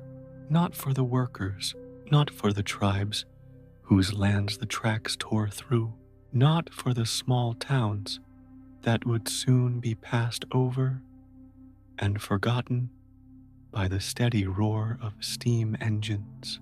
But let's give it a moment, because there is something magical about that instant, that brief pause, when the last spike met the rail, when the idea of a connected America went from dream to steel. You could, in theory, now travel from New York to San Francisco in a week, a journey that used to take 6 months by wagon. If you survived, the telegraph clicked the word done. But what it meant was more profound. It meant trade would change, travel would change, the very shape of the nation would stretch, settle, and accelerate. It also meant more displacement, more violence, more division, even as it promised unity. So that morning in Promontory Summit wasn't just about triumph, it was about transition, the messy kind, the permanent kind. And as you stand there, squinting into the sunlight, watching dignitaries pat each other on the back, you wonder if anyone else hears the rumble beneath the applause, the sound of something much bigger than trains. Because what came next was a seismic shift. Within months, small frontier towns were transformed. Where there was once silence, there were now whistles, smoke, movement. Settlers arrived in droves. Mail moved faster. Goods crossed time zones in days rather than weeks. Local economies bloomed or withered, depending on whether the tracks stopped for them or sped right past. But the real story, the one no one celebrated with speeches and toasts, was what happened to the people already living there. Native American communities, already pushed to the brink by westward expansion, found their lands cut by iron lines they hadn't agreed to. Buffalo herds were decimated, slaughtered by the thousands to clear the tracks and feed the crews. For the Plains tribes, the Transcontinental Railroad was less a marvel and more a death sentence with a steam whistle. It wasn't just cultural erosion, it was survival, erased. Back in the cities, the newspapers couldn't stop congratulating themselves. They printed maps showing the route from sea to shining sea. They published poems, illustrations, even children's stories about the brave men who built America. But they rarely mentioned the immigrant labor, the Chinese workers, the Irishmen, the freedmen. The story, as it was told, had room only for visionaries in top hats, not for bent backs and blistered hands. But the records exist: ledgers, letters, payroll slips, quiet testaments to the ones who did the work and received none of the credit. And there's something else that history has finally started to remember. In the famous photograph taken at the moment of completion, the one with the two locomotives nose to nose and men shaking hands, there are no Chinese laborers. None.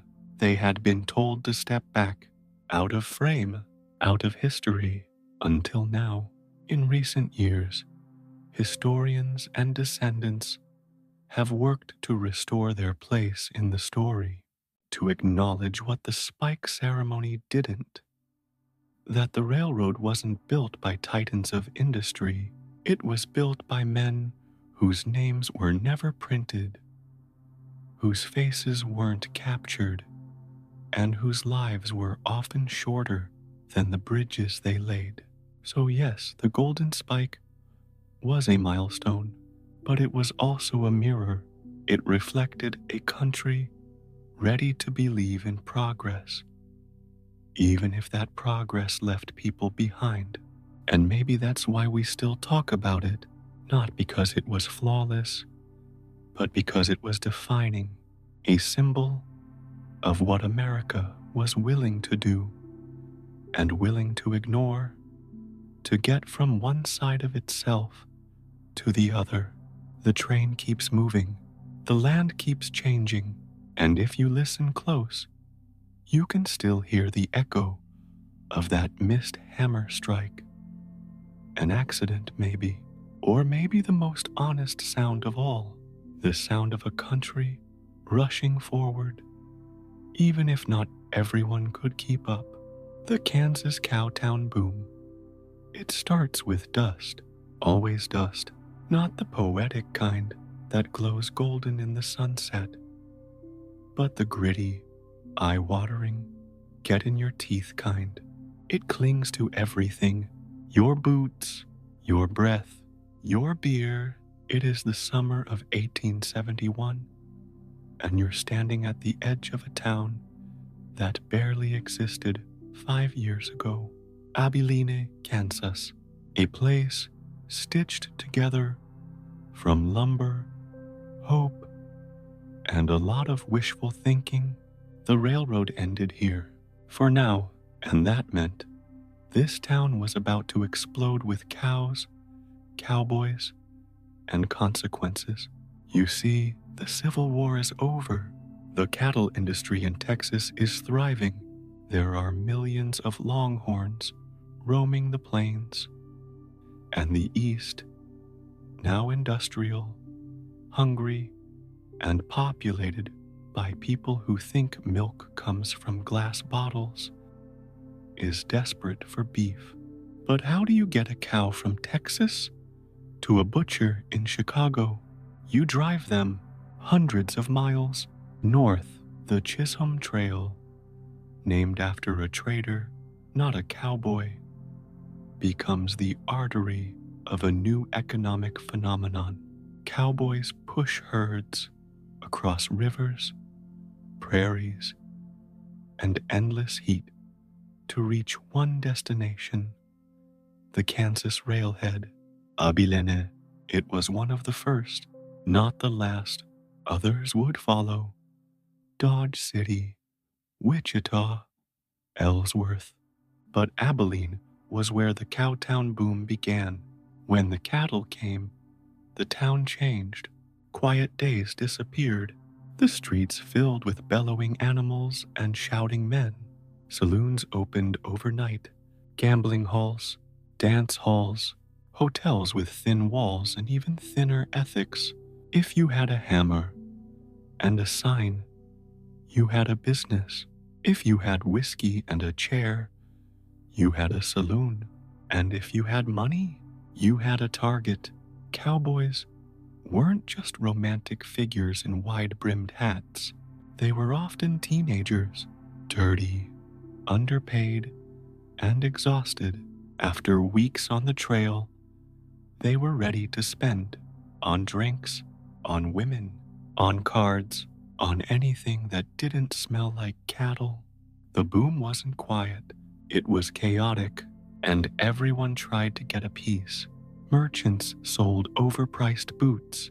Blacksmiths couldn't keep up with the horses. Doctors patched up bar fights and gunshot wounds, often in the same afternoon. Local newspapers exploded with ads, editorials, and warnings about sin. Law enforcement was inconsistent. Some towns had sheriffs, others had marshals, some had both, and they didn't talk to each other. Justice came fast and loose. Trials happened in saloons. Fines were sometimes paid in beef, and yes, there were gunfights. Not every day, not every street corner, but when alcohol met ego, and both had revolvers, someone usually ended up face down in the mud.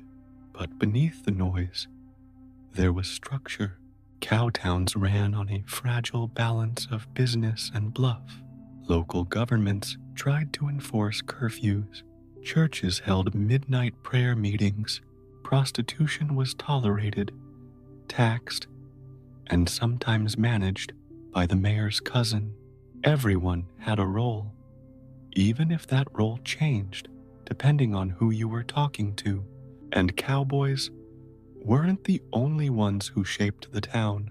Women, often left out of the romanticized narrative, were essential. Some ran boarding houses, which doubled as social hubs. Others worked in the entertainment sector, which required grit, resilience, and no small amount of diplomacy. Many were widows, migrants, or former slaves. They built businesses, held land, fought for space in towns designed by and for transient men.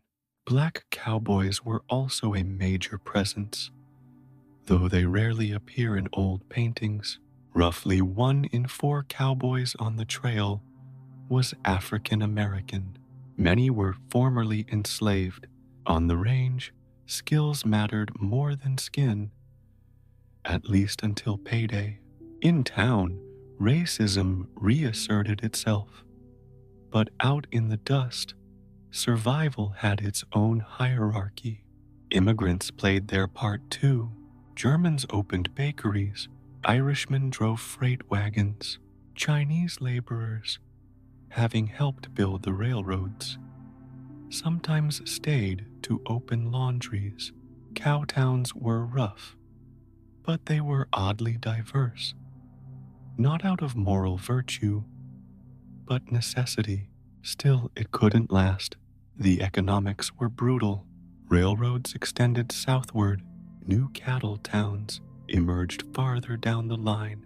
Towns like Caldwell and Newton briefly caught the fire, but like Abilene, their glory faded fast as access improved.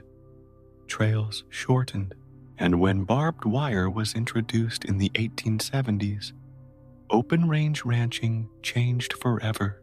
No more free movement, no more vast drives. The age of the trail ended as fast as it had begun. Towns adapted, or didn't.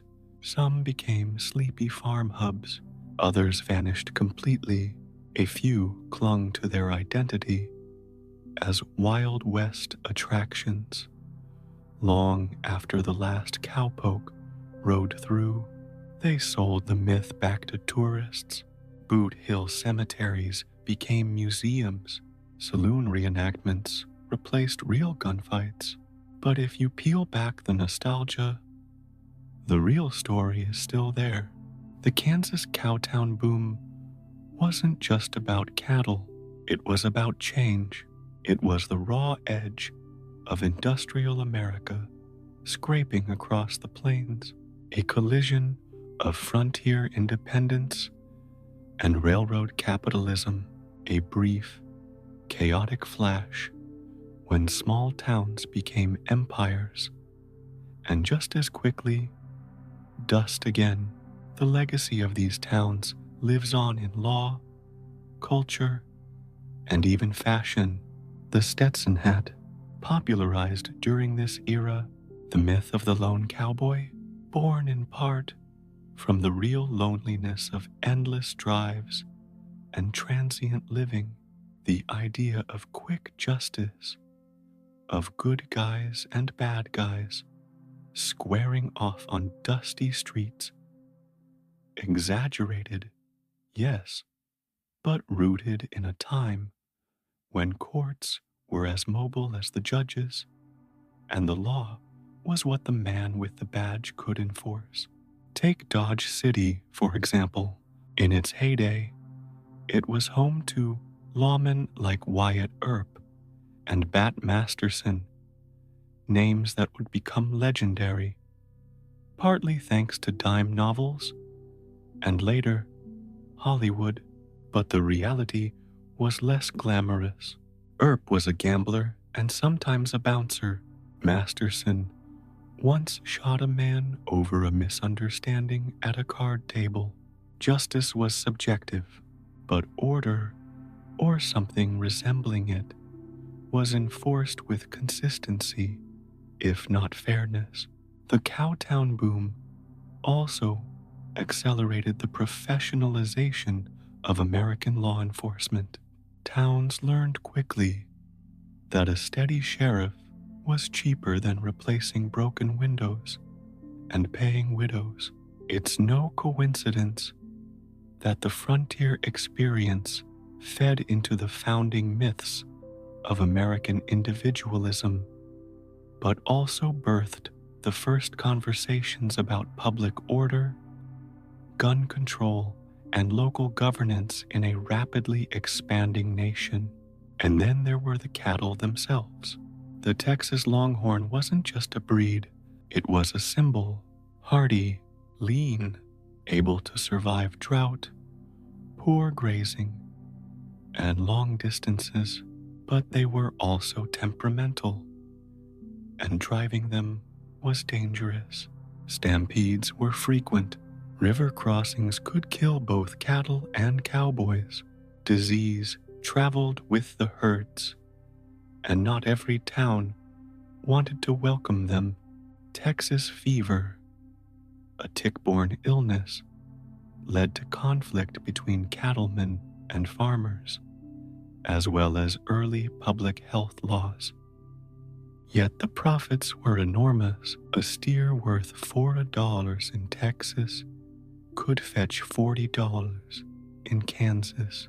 That kind of margin built fortunes and funded political campaigns, newspapers, even the early growth of some state capitals. And then, of course, there was the railroad. Without it, none of this would have mattered.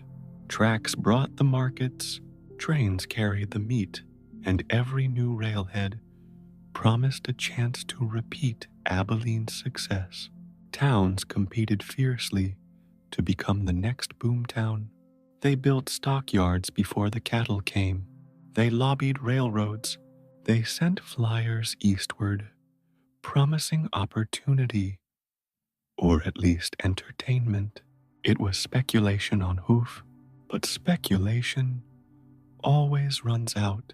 When the rails reached deeper into Texas, the drive ended. Why walk 800 miles when the train now stops 20 miles from your ranch? Kansas cow towns lost their monopoly, and with it, their identity. What remains today is a kind of echo. Some towns have preserved their history, others have rewritten it entirely. But in the stillness of certain back alleys, when the wind kicks up a little dust and the sun bakes the wood just right, you can almost imagine it. The clatter of hooves, the ring of the hammer on anvil, the sudden hush of a poker table when a stranger walks in. So, if you ever find yourself walking down one of these streets, give a nod to the ghosts. They built fast, they lived rough, and they left stories that, if not always true, were true enough to be remembered. The boom is over, but the story hasn't stopped. The Homestead Act of 1862. Let's begin with an empty field. Just dirt, maybe a scraggly bush or two. Wind, sky, a horizon so flat it almost feels fake. There's no road, no fence, no house, but someone is going to look at that patch of land and think, this is home. That's the promise behind the Homestead Act of 1862, a law that offered 160 acres of public land to anyone who was willing to live on it, work it, and build something from nothing. All you had to do was file a claim, pay a small fee, usually around $10, and stick around for 5 years. Improve the land, build a dwelling, grow crops, prove you belonged, then it was yours. It sounds simple, almost utopian, but history is rarely that generous. The Homestead Act wasn't the first attempt to parcel out Western land, but it was the most sweeping, passed during the Civil War, when the Southern states, long opposed to such a measure, had seceded from Congress.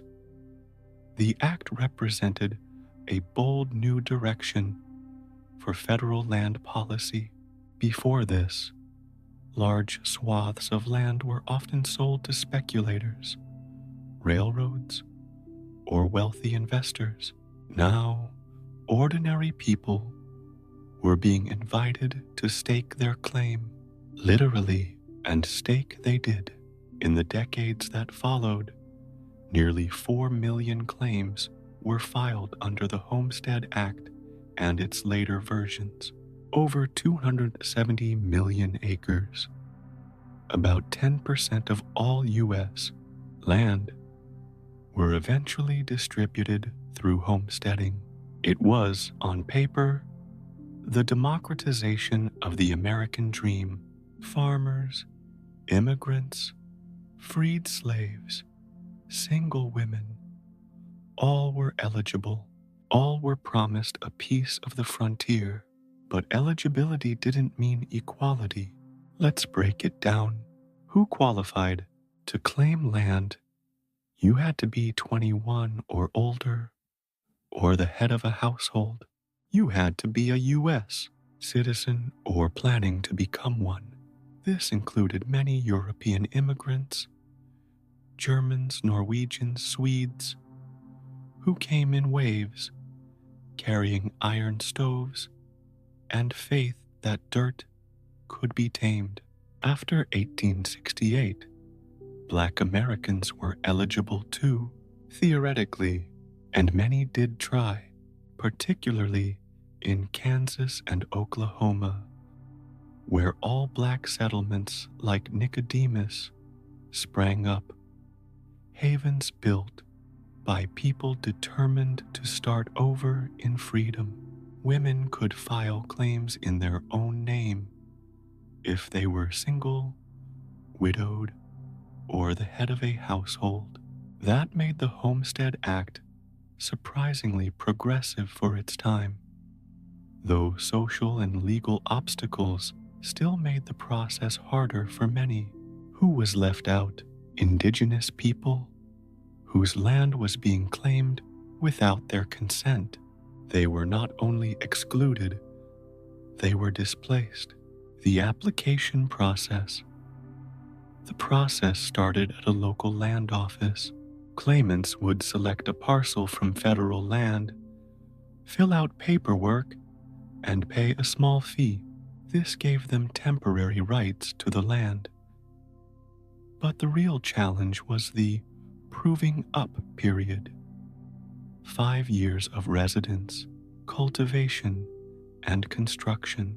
Alternatively, after 6 months, you could buy the land outright for $1.25 per acre, a loophole that speculators quickly learned to exploit. What was the land like? It depended where you went. In parts of Nebraska, Kansas, and the Dakotas, it was open prairie, flat, grassy, often beautiful, but brutally exposed to wind, storms, and extremes of heat and cold. In Montana or Colorado, it might be dry, rocky, and hard to irrigate. Trees were rare, water even rarer. Settlers built sod houses, dugouts made from thick slabs of prairie earth. They cooked over buffalo chips, fought off grasshoppers, prayed for rain. Some starved, others went mad. The promise of free land came with no guarantees of success. Still, many stayed. Some thrived. They organized communities, built schools, planted windbreaks, and installed pumps. They wrote letters home in Swedish, German, Czech, talking about crops and cousins and snow. They made it work. Real stories. The settler experience. Imagine being a widow with 2 children arriving in Nebraska in 1873. You have a borrowed wagon, a few goats, and your entire future packed into a canvas bag. You dig your own well. You learn how to make lye soap from scratch. 1 year, you lose every stalk of corn to a hailstorm. The next, your neighbor dies from snakebite. But 5 years later, you own the land under your feet, and that land will be passed to your children. Or imagine being an African American family settling in Oklahoma's Cherokee Strip after the land run of 1893. You line up with thousands of others waiting for a signal to race into unsettled land. You ride hard, claim a plot, and then spend years fighting drought, discrimination, and debt just to stay. These were not fairy tales. They were foundations. Entire counties in states like Minnesota and North Dakota were formed almost entirely from homesteaders. Homesteading and railroad expansion. Railroads played a crucial role in the homesteading movement. Companies like the Union Pacific and Northern Pacific were given vast land grants by the federal government, often alternating square miles on either side of the rail line, and they in turn sold parcels cheaply to settlers. Ads appeared in European newspapers promising land, prosperity, and freedom in the American West. Entire villages in Sweden or Bohemia would uproot and resettle in Nebraska or the Dakota Territory, building towns with familiar names, churches, and customs. Railroad towns sprung up quickly along the tracks, their economies built around agriculture, milling, and livestock. The promise of a train stop could make or break a fledgling town. This close alliance between federal land policy and corporate expansion shaped the geography and economy of the West in profound ways. Ecological consequences. But there was a price. Homesteading encouraged rapid agricultural expansion, often with little knowledge of local ecology. In the Great Plains, deep plowing destroyed native grasses that had held the soil together for centuries. Without those root systems, land became vulnerable to erosion. By the 1930s, the Dust Bowl hit, a man-made disaster. Soil, once thought to be an infinite gift, lifted off the ground and darkened the skies. Millions of acres became uninhabitable. Families who had once conquered the land now fled it. The homestead dream collapsed under clouds of dust. Displacement and indigenous resistance. None of this land was truly unoccupied. It belonged to tribes, the Sioux, Cheyenne, Arapaho, Comanche, and dozens of others, who were pushed aside by legal force, military action, or broken treaty. Some resisted the Sioux Wars, the Modoc War, the Nez Perce Flight.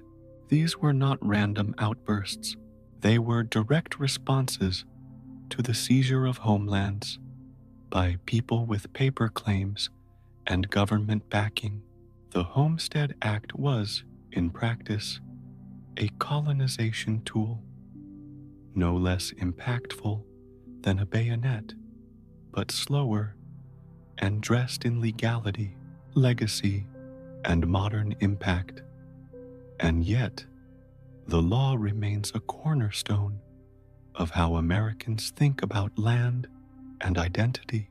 The idea that hard work, patience, and grit could turn wilderness into wealth still echoes today in real estate slogans, political speeches, and suburban development. Even now, if you travel the backroads of Kansas or the plains of eastern Montana, you'll find fences that trace homestead plots, cemeteries with stones marked 1877, churches whose steeples were raised by hands that once held a plow and a rifle. The last claim, by Ken Deerdorf in Alaska, might feel like a footnote, but in some ways, it closed the chapter from 1862 to 1986. The Homestead Acts shaped settlement patterns, agricultural practices, and the very map of America. It wasn't fair, it wasn't easy, and it wasn't free, but it changed everything. So, next time you drive across an open field, or pass a crumbling barn, or stand beneath a windmill spinning slowly in the prairie sun, take a moment. That patch of dirt once carried a dream, 160 acres wide, and in the right light, you can still see the outline. And now, as the lanterns go dim, the saloon doors stop swinging, and the last harmonica note fades into the night air, you're still here, still lying back, still warm under your blanket, hopefully still not sharing your bed with a flea named Hank. We've wandered a long way tonight, through dust and beans, through cow pies and questionable stew. We've dodged bullets, bar fights, and bar soap. We've seen the West not as a heroic tale, but as a long, hot, slightly smelly group project no one was fully prepared for. And now you get to be thankful because you don't have to boil your coffee over a campfire or check your boots for snakes or fight a guy named Cletus over the last pickled egg floating in a jar of moral ambiguity. You have a pillow, a working bathroom, and if your dinner was cold tonight, at least it didn't fight back. The Wild West was wild, not because it was exciting, but because it was barely held together with rope, stubbornness, and an unhealthy amount of salt pork. People didn't live glamorous lives. They lived hard ones, and sometimes just living to the next morning was the victory. So the next time your phone freezes, or your coffee order gets messed up, or your neighbor plays loud music at 10 p.m. on a Wednesday, just remember, you're not being chased by coyotes. You're not sleeping in a barn with a guy named Buck who snores like a thunderstorm. And you don't have to trade 3 pounds of beans for a horse with a limp. You're doing fine, really. So breathe deep, let the dust settle, and drift slowly, gently into sleep. Tomorrow will be quieter, cleaner, and statistically far less likely to involve open carry breakfast drama. And if you made it to the end of this little ride, comment something like, survived the dust, barely. So, I know you were really here. Or maybe, so, I know the ghosts haven't taken over the comment section yet. Good night, cowboy.